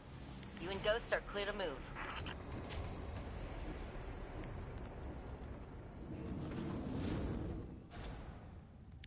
Ah, yes. The lasers.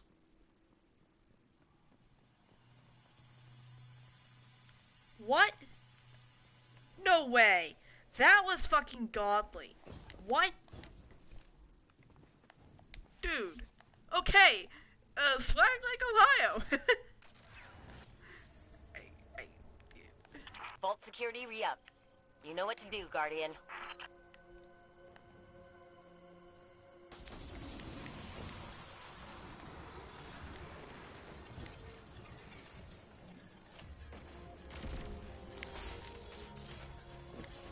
You were right, Mara. That Scorn's definitely trying to corrupt the submind and using some weird interface to copy out files. Luckily, it looks like Malahayati's rewriting itself with repair protocols every time we clear the bunker, so damage is minimal. I suspect the witness is treating this Scorn as a living archive, copying important information to its mind for safekeeping. Troubling.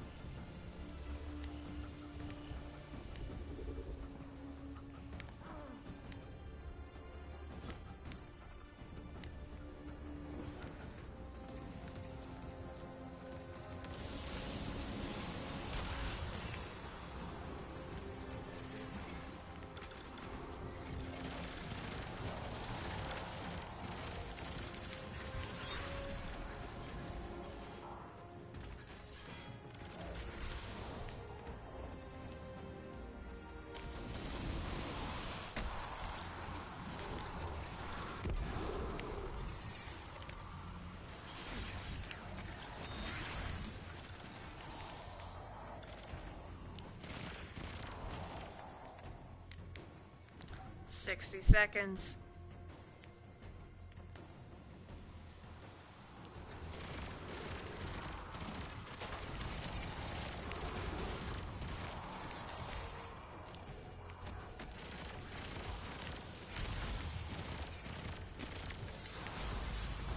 willing to bet there's going to be a triumph that requires us to kill Wrathborn in this encounter. Vault open.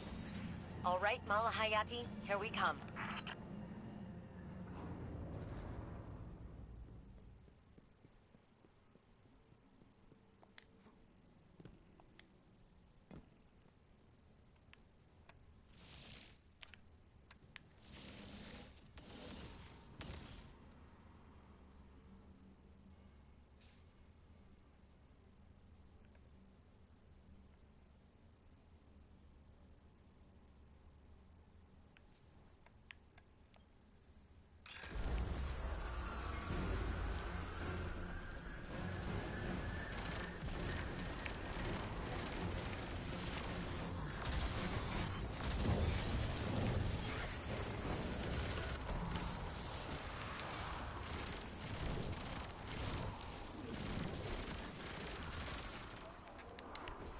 You know, I distinctly prefer to do just tap the trigger.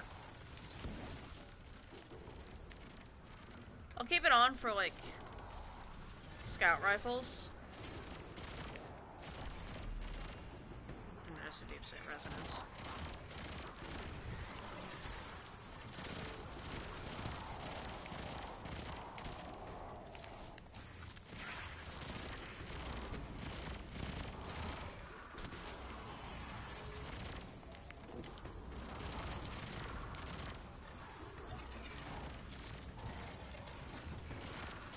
Dude.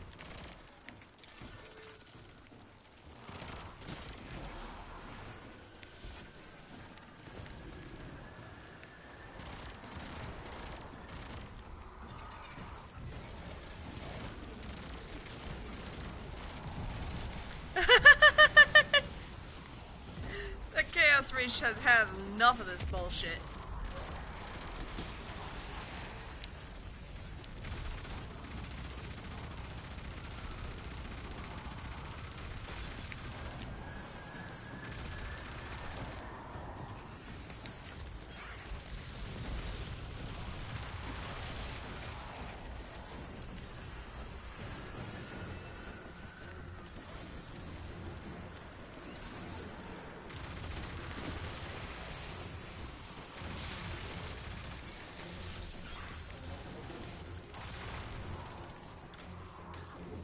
Orb.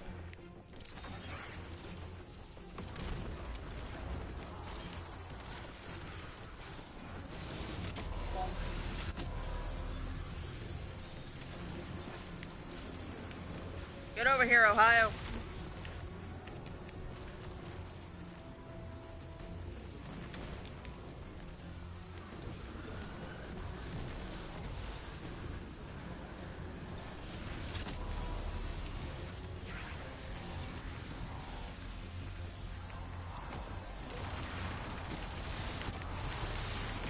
I love doing that.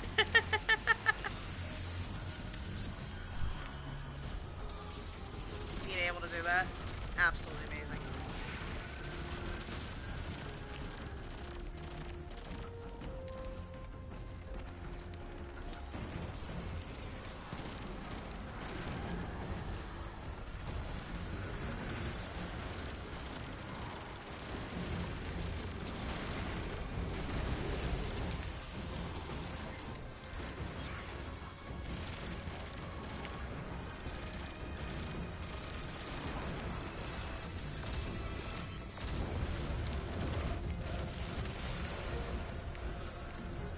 Gotta rest.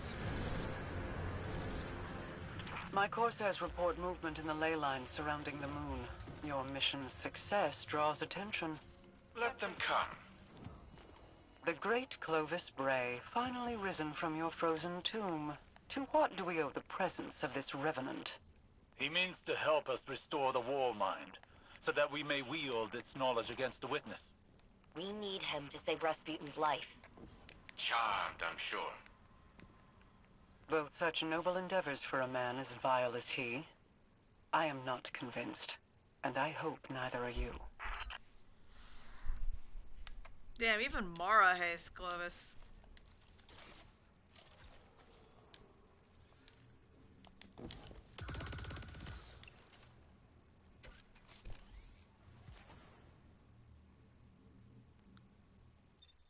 God, the last fucking impression they got of me was doing that goddamn cat ear dance. Alrighty.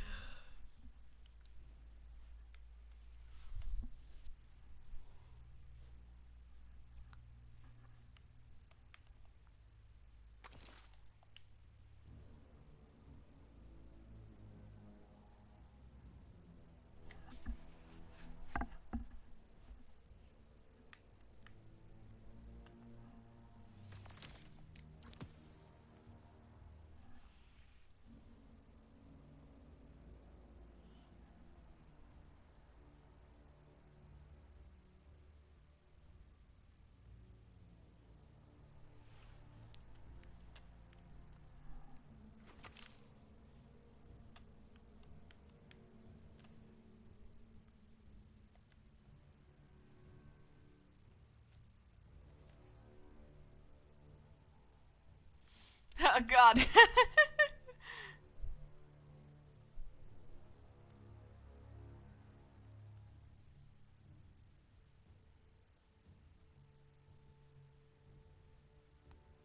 What are they doing right now?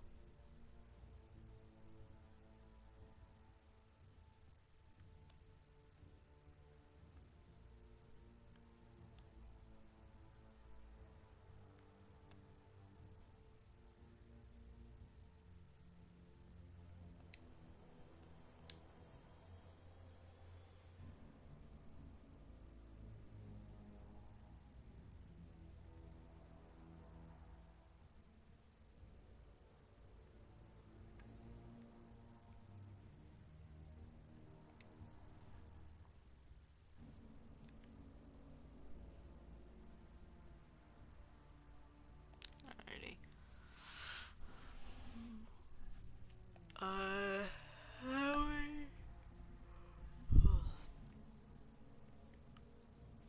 I am at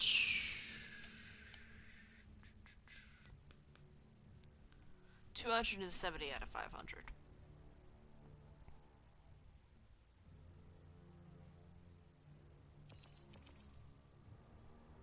Ritual playlist activities to provide the most efficient source. So, ritual playlist.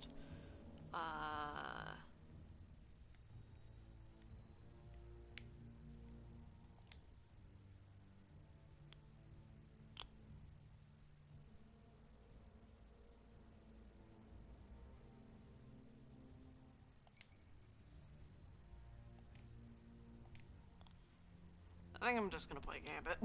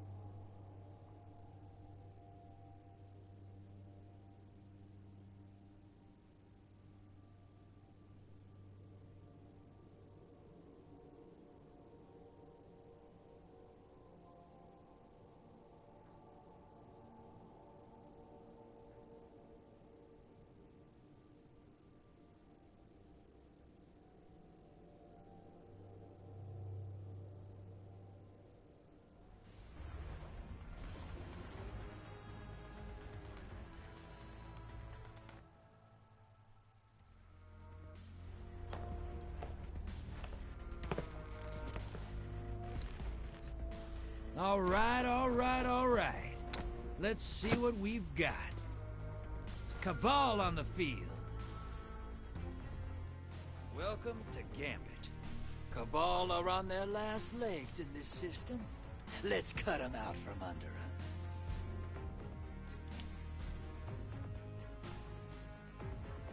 Prepare for... Give me those moats and I'll make you rich, brother. I promise.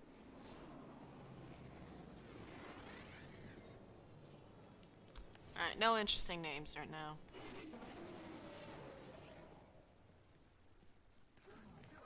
Don't know why I decided to go the under route.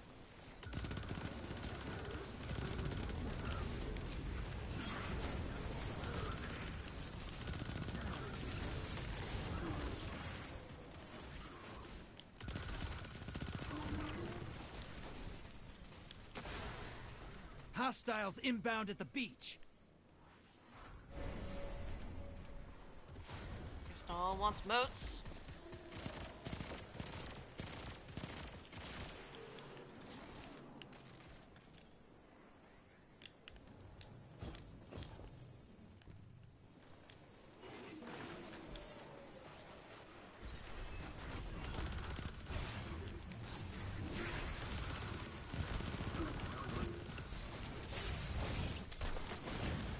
But that's what I wanted.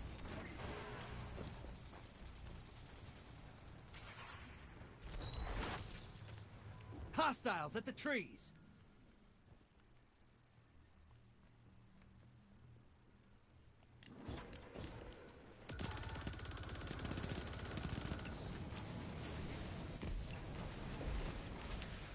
Portal's up. Go take them out. Your allies invading.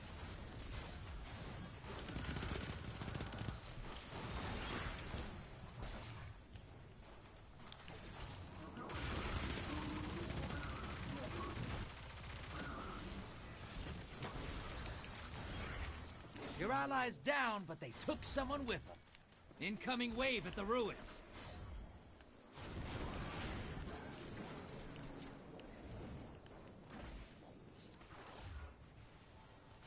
High-value target is on the field. Hunt it down. Put some rounds in it.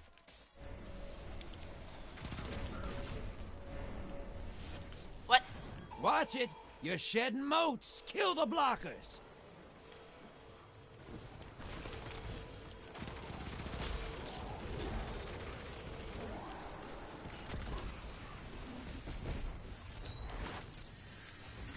Medium blocker to the other side. Portal is primed. Could have gone for two more, but I was worried about my survival.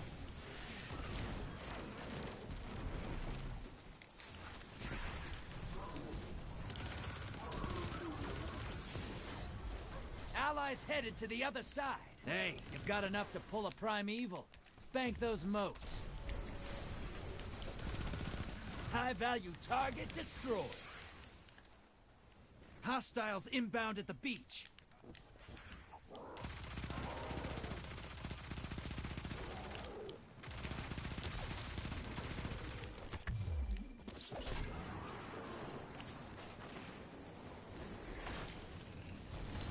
Your invader's back, and they scored a kill. You've summoned a primeval. Kill it, and the win is yours. This one's been interesting. First game of the day, and we're already very, interesting. Uh-oh. Invader on the field. Careful. Invader, there they are. Ow. Really? Gallahorn? Fucker. Opposing team has a primeval. You gotta finish first. Oh, yeah, at least they wasted their invade.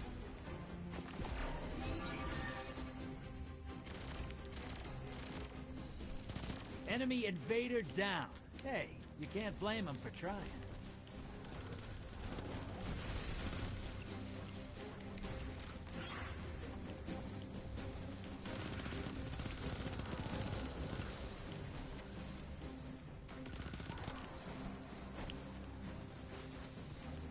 Primeval compromised. Focus your fire.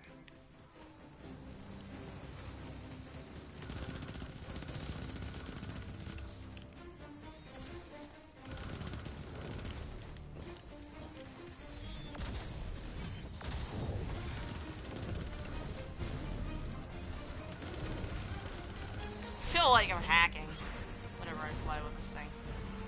Like, it just feels wrong. A hunter lying like wakes the Sacred Dawn Warlock? No. Wrong. Heresy.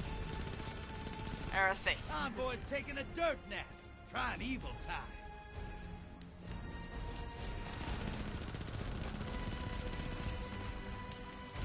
Your allies invading. Fight's over. Oh, Opposing what? team killed their primeval. That was probably my fault for using a primary for DPS. Oh, great job, Tired, you fucking idiot.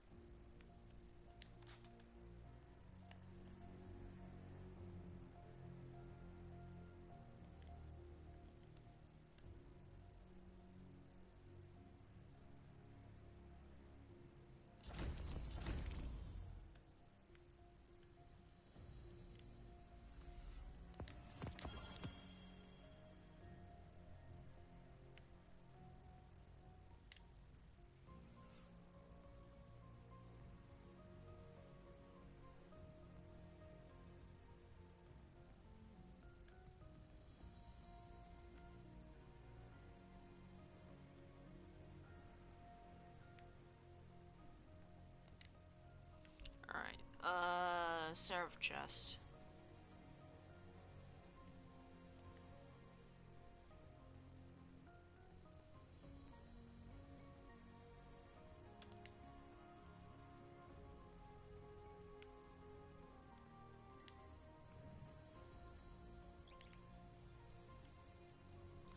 Oh, on stop. Uh-oh.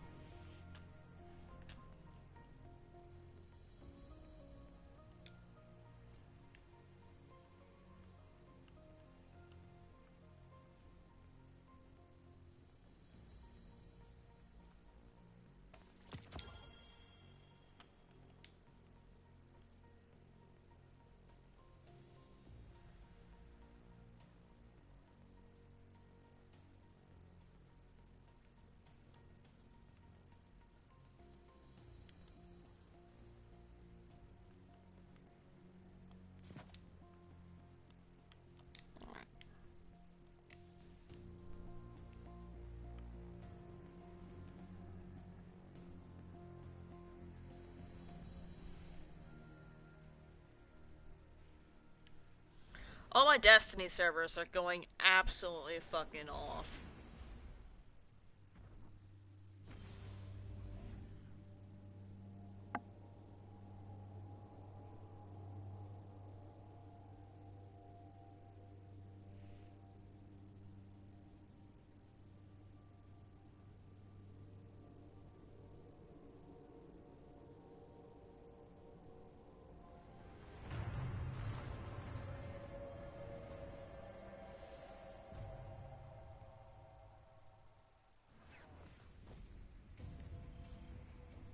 It is a new day, young wolf. That's it?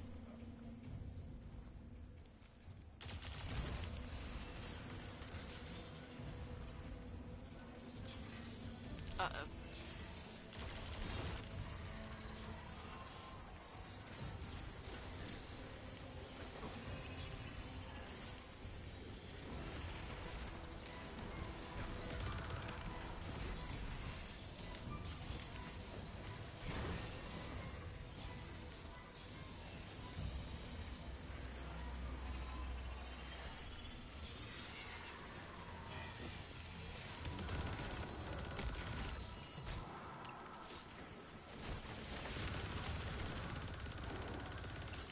Why am I floating?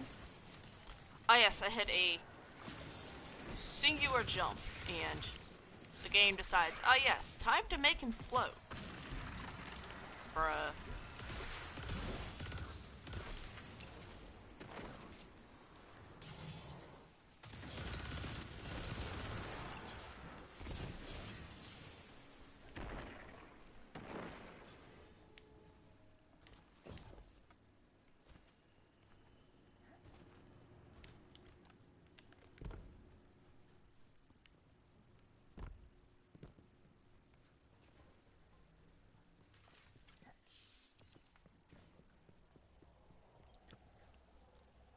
Uh-oh. That's a champion.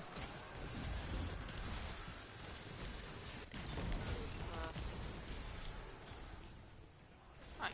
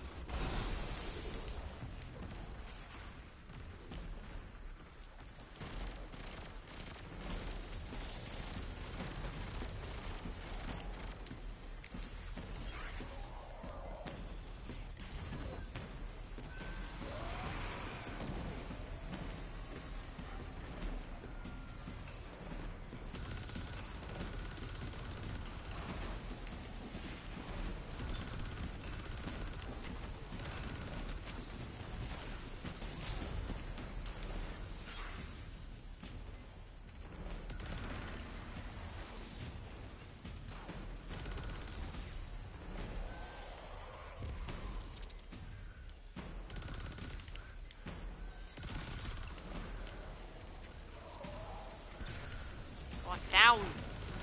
Let me down! I do not want to fly! Wish it was an alt-fire mode that made you fly instead of just aiming. Jumping. I do that constantly. Just...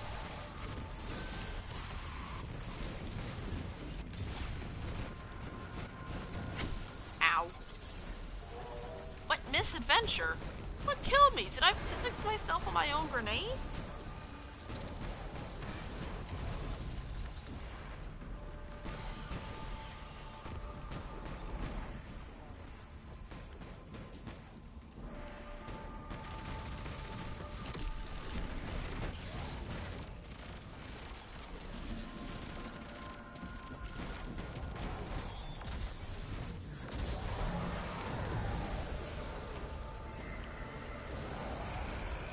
Sub-level door is opening now.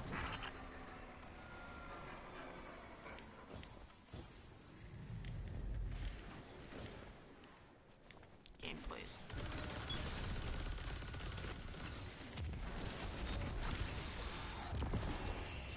Random mechanism strict sleeves, okay. Not like I ever use those, but okay, thanks game.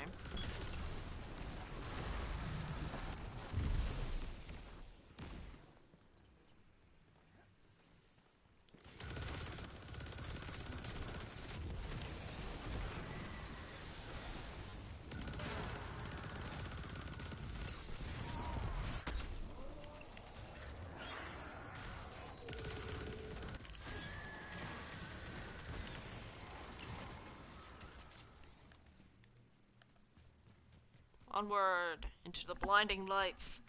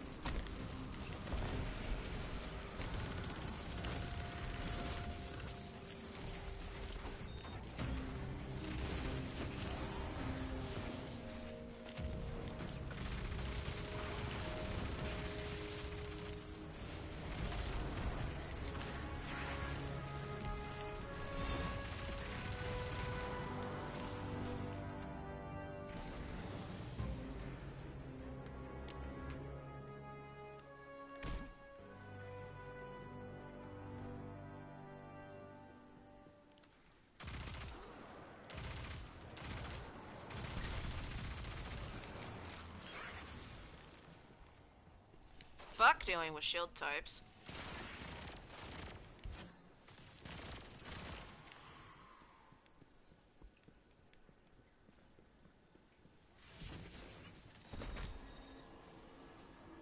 Xivu Arath's battle song emboldens her soldiers. End it.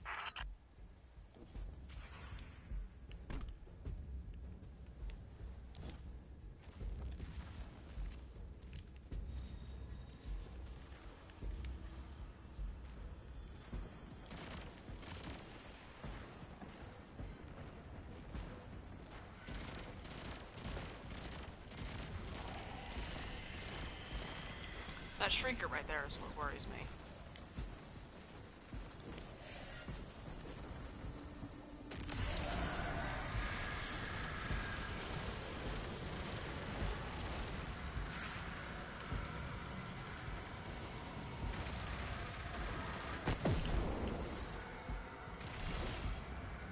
Uh-oh.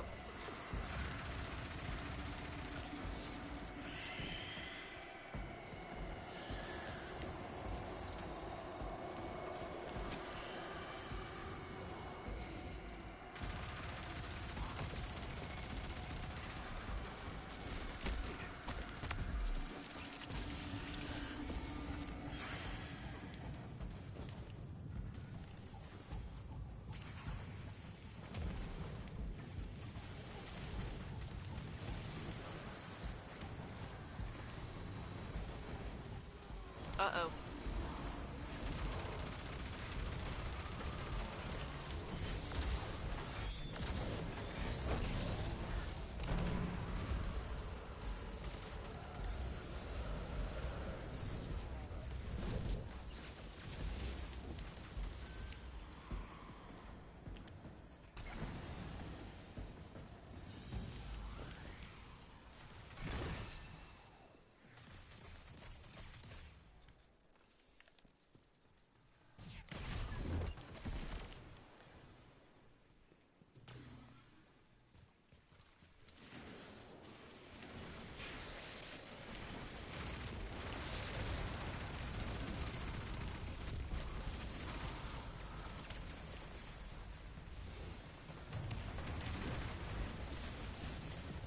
Security breached.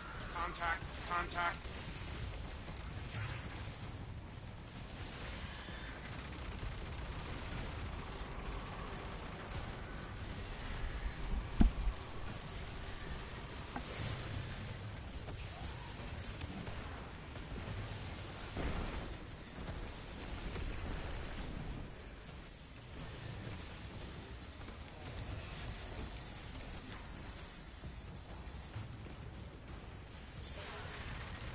Ammunition reserves, 7%. Uh-oh. I don't know how to help you there, buddy. Oh, I'm close to that, too.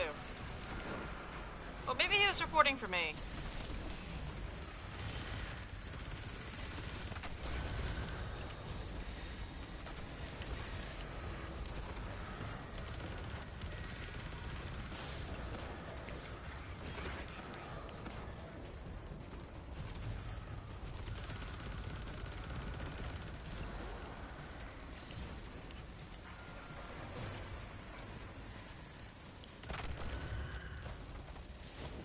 Brain status calamitous.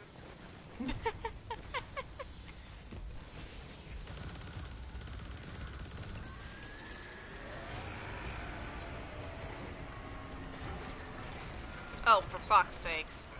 Really? Game.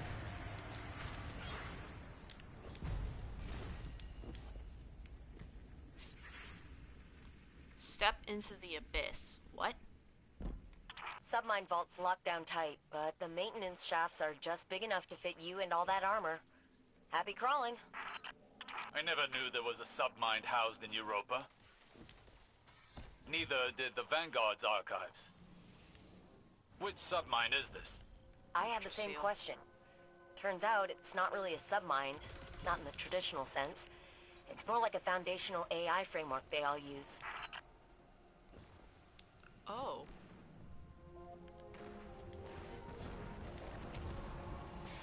Oh, hive gunk.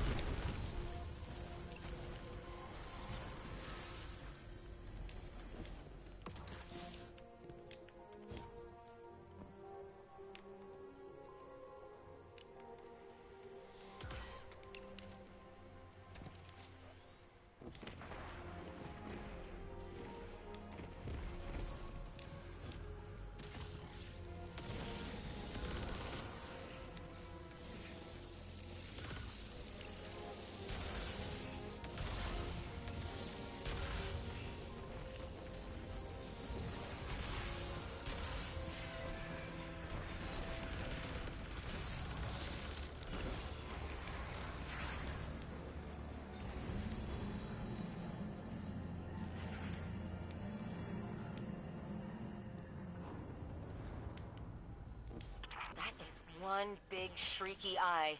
Guardian, get gouging.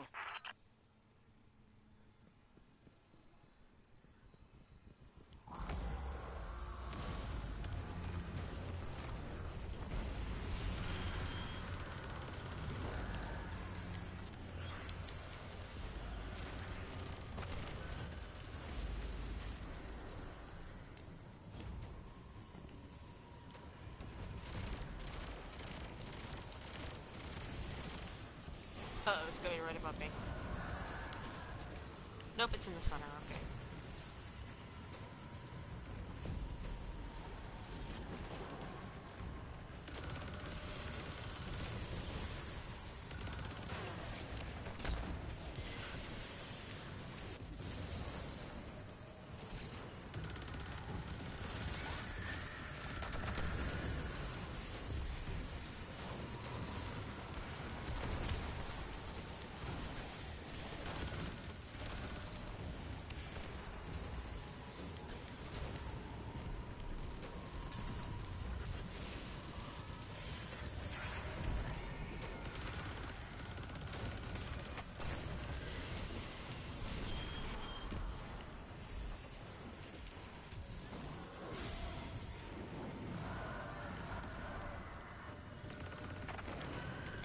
I'm surprised that nade actually worked.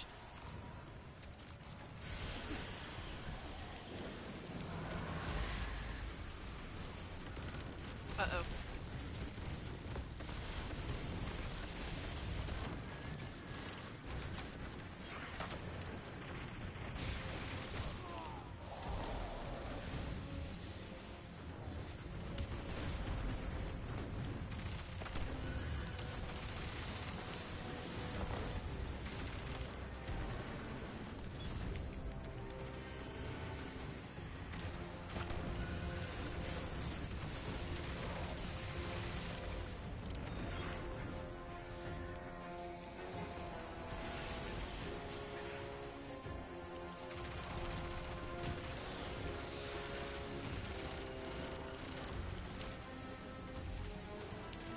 Warp.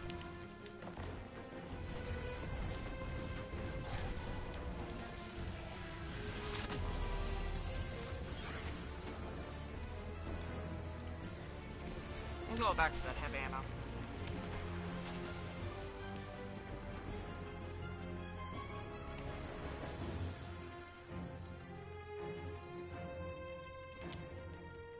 Got it.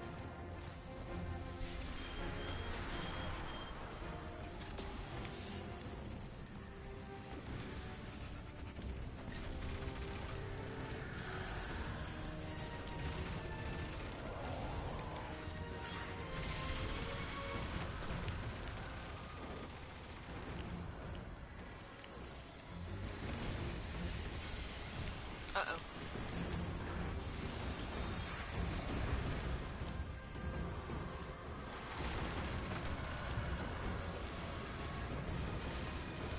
Uh-oh.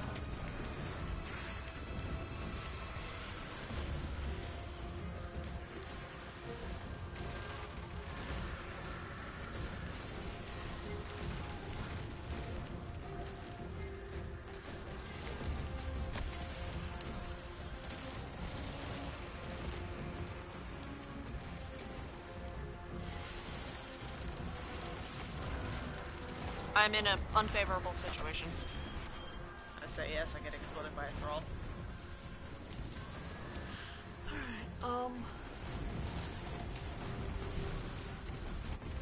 our res is not safe, Chief.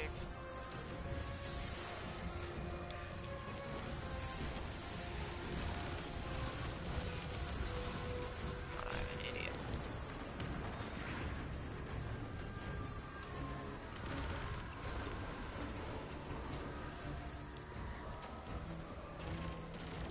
Uh-oh.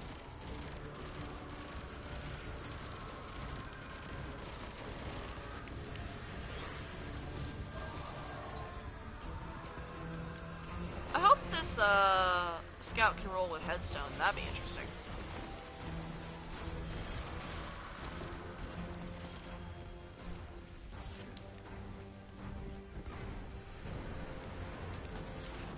Data link established and transferring. We'll get what we can and bug out. This process is painfully slow. Not everything's as fast as transmat. We're moving a digital ton of data that was never meant to be moved like this. There was a faster way, but someone crashed my orbital station into a moon. This moon, in fact. From what I'm told, your station was being uncooperative.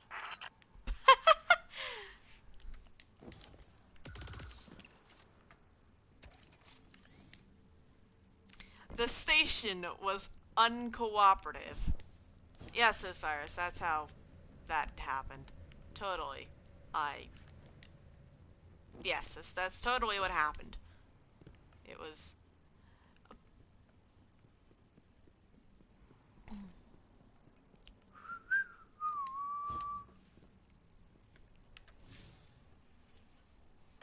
Alright.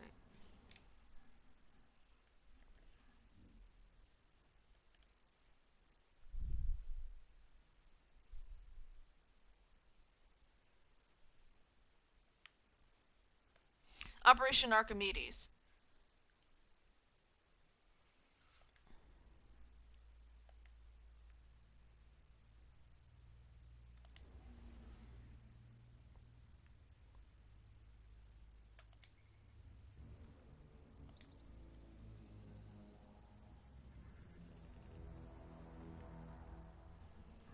Seraph launch facility? Hold on, that was on Mars.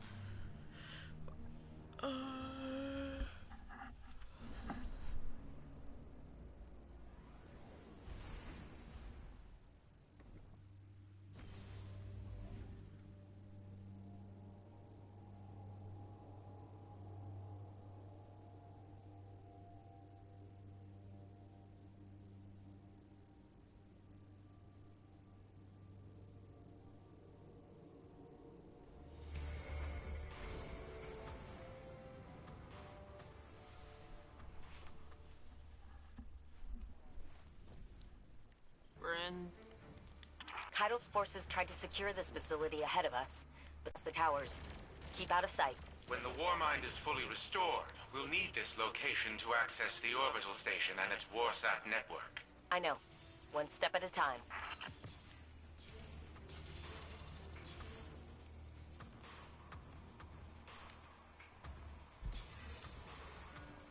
You... Bruh.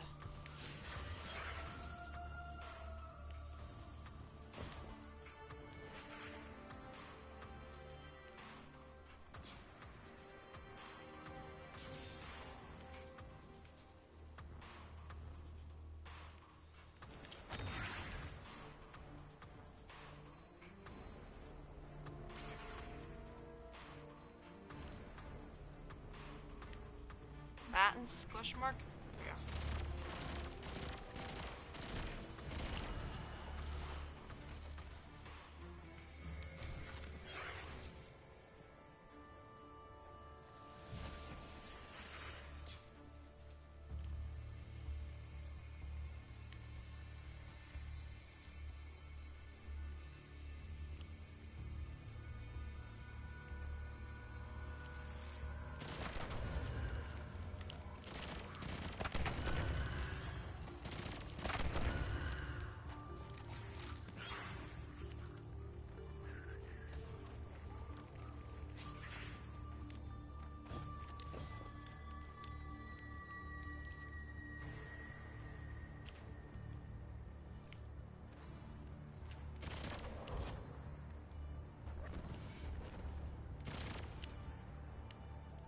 I just need to go.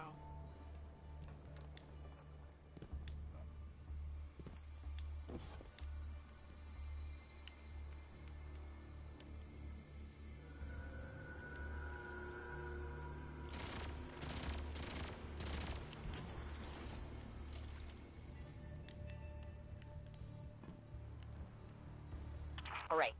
You're at the bunker entrance. No idea what internal defenses are like. Stay alert. Look at the state of this facility. It's an absolute travesty.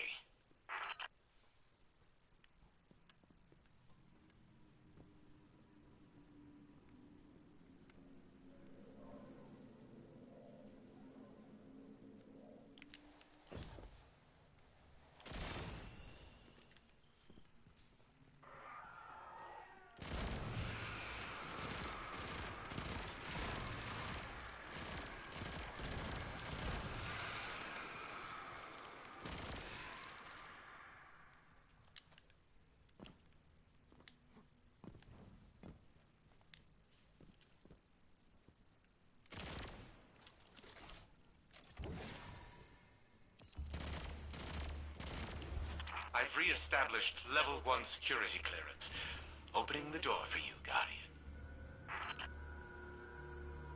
The door.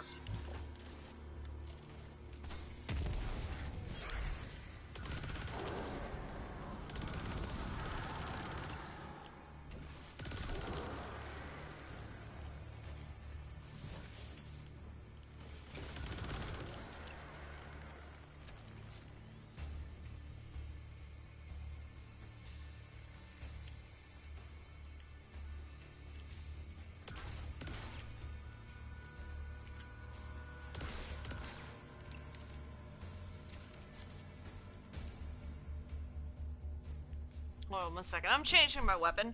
Because having to use this SMG and constantly reload is going to bite me in the ass.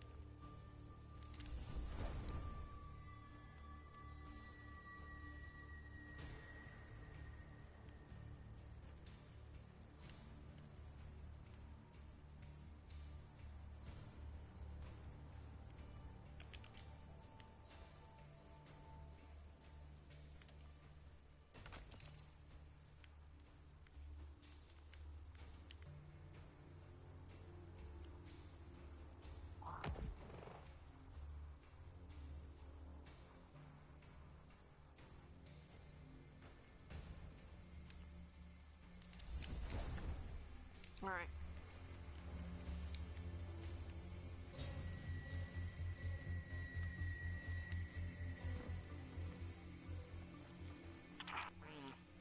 Power situation down here is pretty bleak.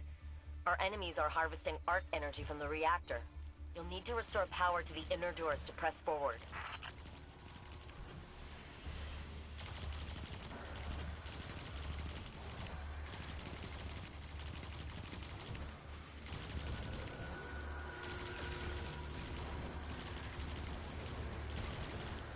See, that's what I'm used to.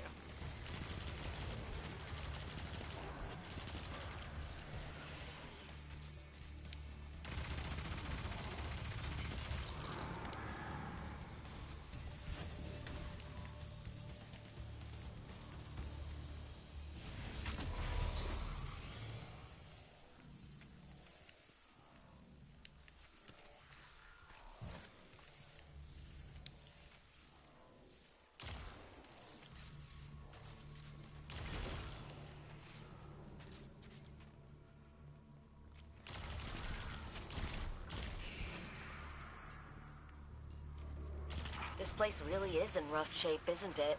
You should be able to reboot the main reactor up ahead. I think the facility will hold together. You think?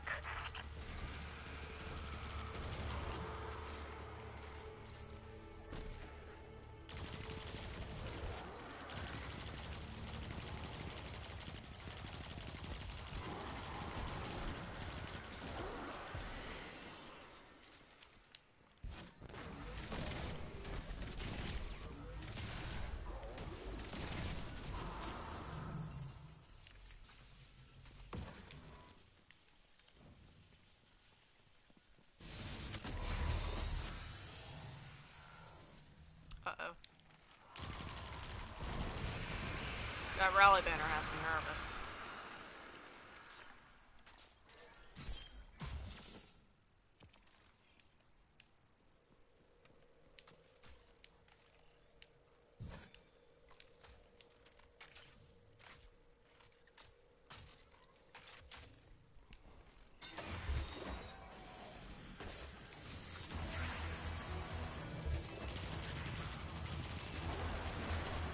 Oh, shit.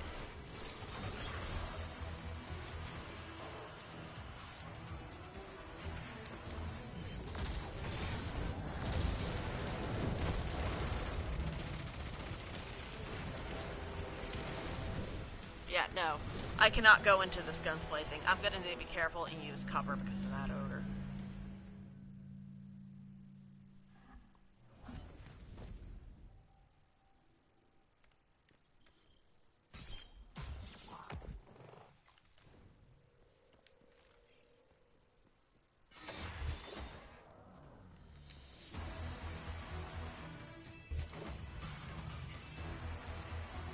Wait for them to approach me.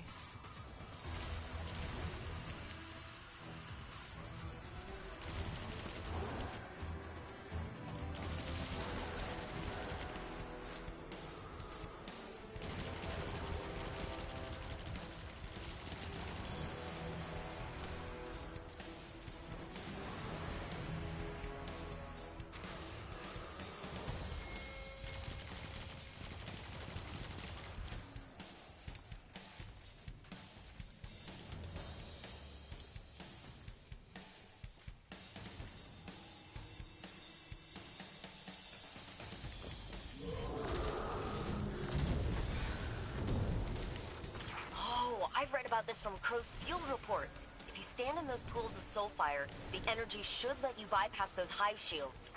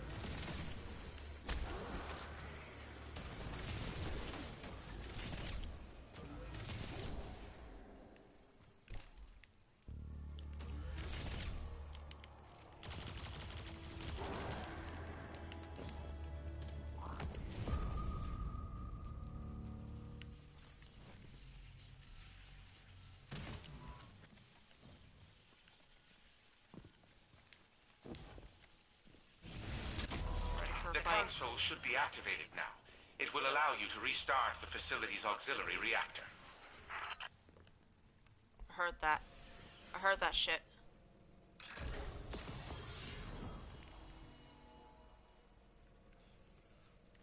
Wait, there's more hive here, though.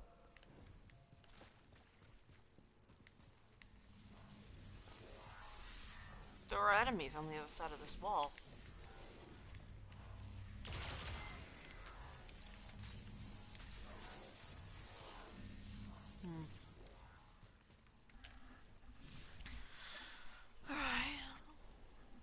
off to Anna at the holo projector.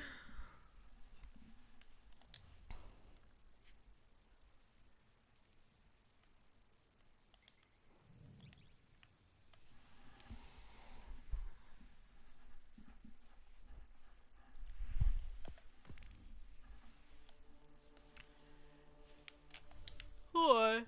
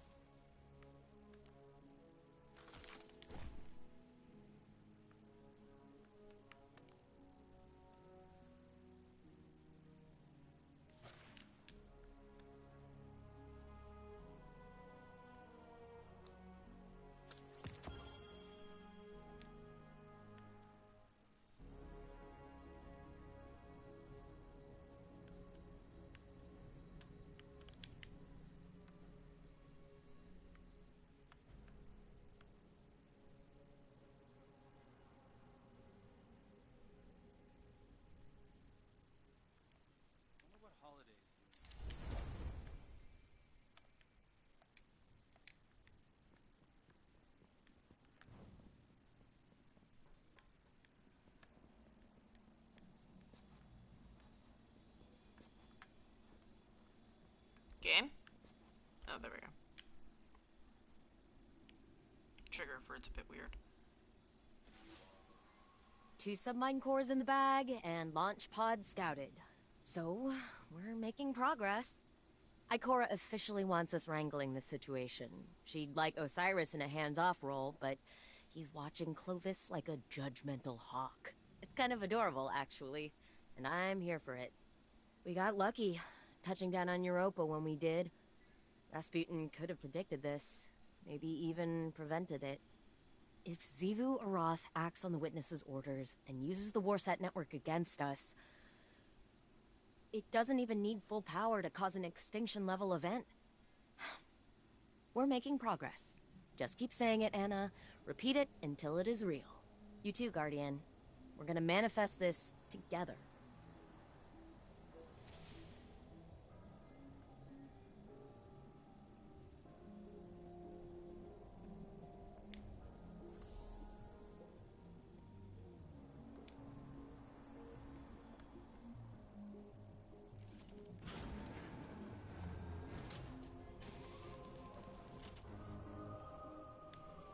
Of course, Rasputin changed the launch codes. That blasted paranoid machine.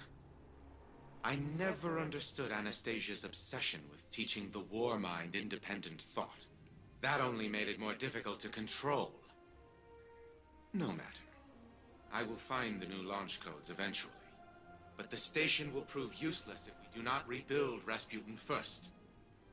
Even with the Malahayati submine reintegrated into its AI core, the war mind is incomplete. We must find another source of data. I will put my mind to the task. In the meantime, continue retrieving submine data from the vaults that we know remain intact. And do try to minimize the damage to the surrounding equipment. It is still Braytech property after all.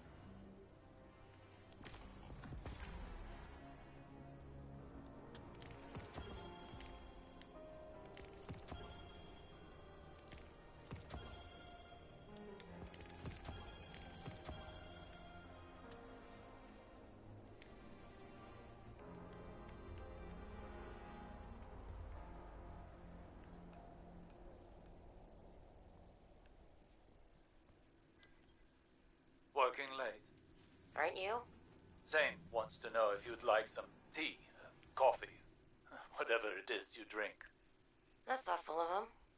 I used to say the same thing. How thoughtful. Thank you, Saint. Except I never looked up. Not once. My eyes were on my fingers stained with ink. The smudges on the margins of my work. I cared more about my findings than the tea cooling beside me. Or the feelings of the man who made it. You're not listening. I am listening. Then listen well. Your work will outlive you. The people around you might not. One day you're going to wake up, assuming you've even slept at all, and realize that the world is a very different place than the last time you remembered to look at it. You will abruptly, viscerally regret the absence of something as small as a single cup of tea. So I ask you again, what would you like to drink? Oolong. With a spot of honey. A spot of honey. Why am I not surprised?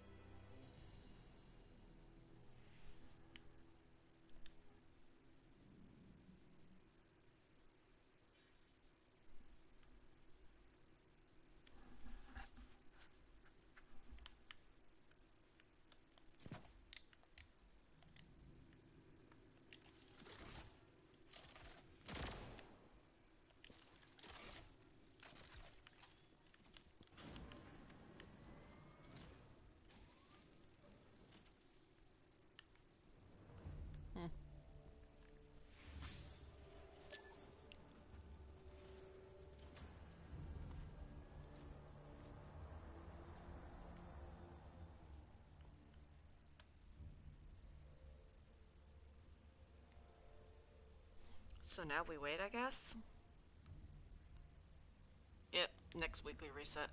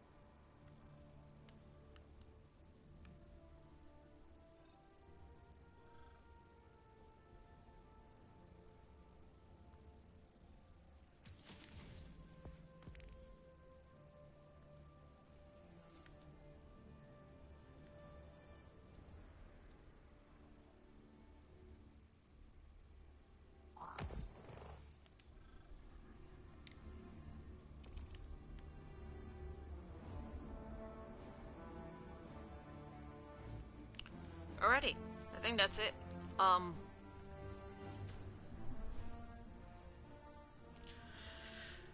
So we have to wait till next reset in order to do more shit. Hey,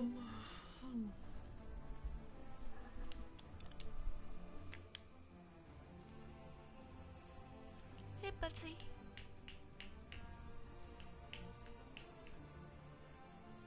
Hi. Hello, Betsy. Cat says hello. Since we have to wait until next reset in order to do more shit, I think I'm just gonna go ahead and stop stream here because there's nothing really to do other than just grind activities, which I don't really want to do. Initial impressions of the season, I don't know why Mara's involved. I mean, I know it's about the Seraph lines bullshit, but like, between Clovis, Rasputin, Anna, Osiris, and Mara, it's too many players at once.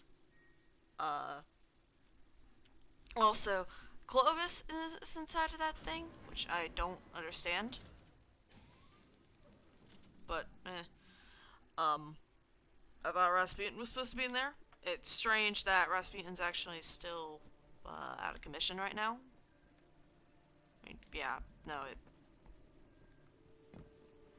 we haven't made.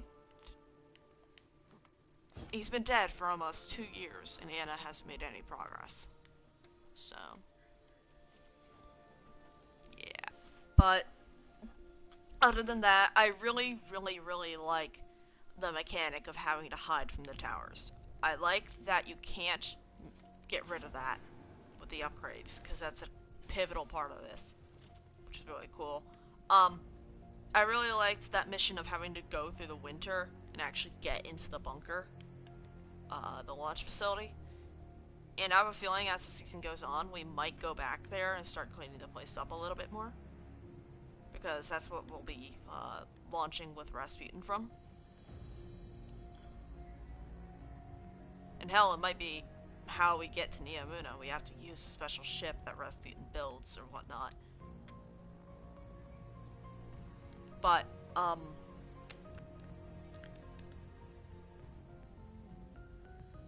think that's it, mostly. The more I think about it, the more I realize how... The more I think about how last season was just a waste. Like, with Nezarek out of play, which was a line that, Marasov said. We had setup to get Osiris back. We had setup. It was Season of the Risen with the Psionics, Season of the Haunted with the Nightmare Harvester, and instead, he just huffed corpse fumes. That feels weird.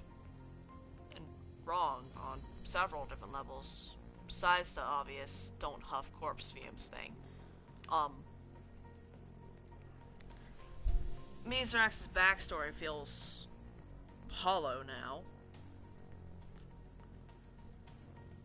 They could have just left Aramis to thaw for later if they aren't going to use her. With her being missing and her being AWOL, it's... Well, okay, frozen and AWOL, it's basically the same thing. House Salvation would be leaderless either way, and Ziva-Arath could just swoop in and do that, whatever she's doing right now. It doesn't matter if Aramis is frozen or not. She's just not there.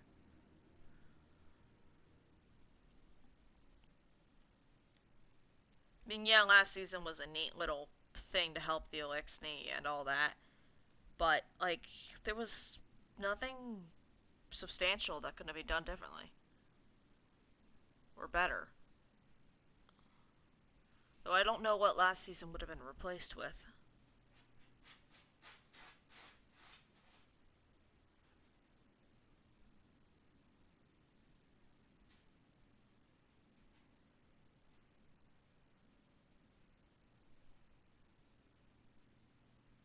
I don't know.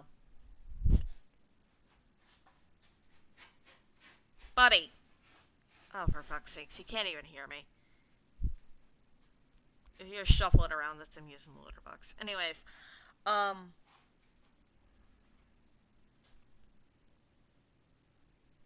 don't have any profound thoughts about Season of Plunder like I did for Haunted and Risen.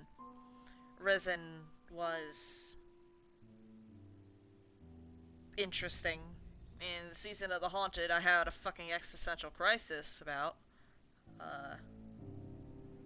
which only led to me being worse about the aspect system, if I think about it.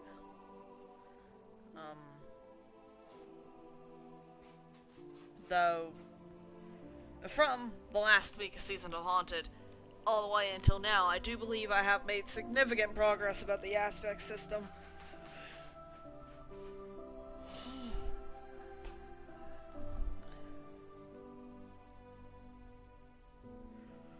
And the way I speak now, I feel like Plunder didn't even really happen, even though fucking seasonal shit's right there.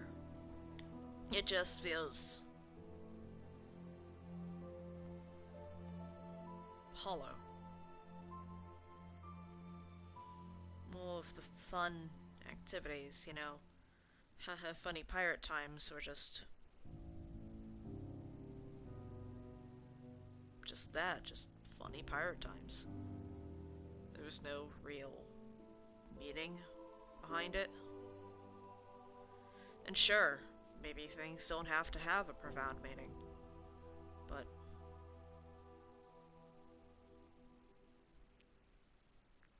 in a world where every second matters, every step we take one way, the enemy moves another. You wouldn't think we'd have time for a funny pirate season.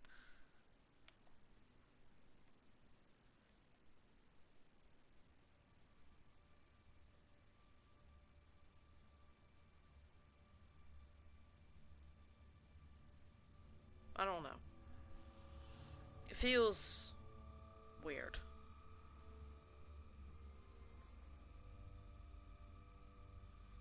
This year's narrative has definitely been very strong, with plunder being the only one that I could think of that was just a miss.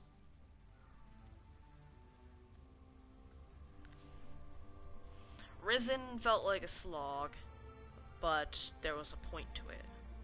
Establishing communication with Keitel, whatnot. Haunted was important. The Crown of Sorrow, the Nightmares, Crow accepting his past and working on becoming the Hunter Vanguard. Or taking up some of the roles of the Hunter Vanguard. In this season, Seraph coming back into play after almost a year.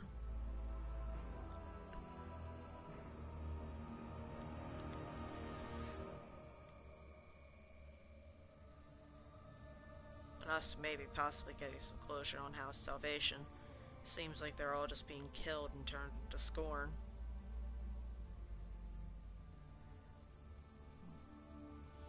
I don't know, the weird feeling in my stomach is the game not feeling right, or me just being hungry, because I haven't eaten today, and it's almost 9 p.m. Well, almost 8:30 p.m.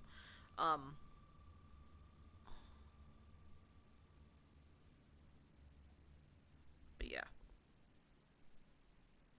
I've rambled y'all's ears off enough. I'm gonna go ahead and cut it here. I'd like to thank y'all for tuning in. I'll see you guys next episode. Whatever that happens to be. Whatever it happens to be. Destiny, Minecraft, whatever the fuck. I will see y'all next time.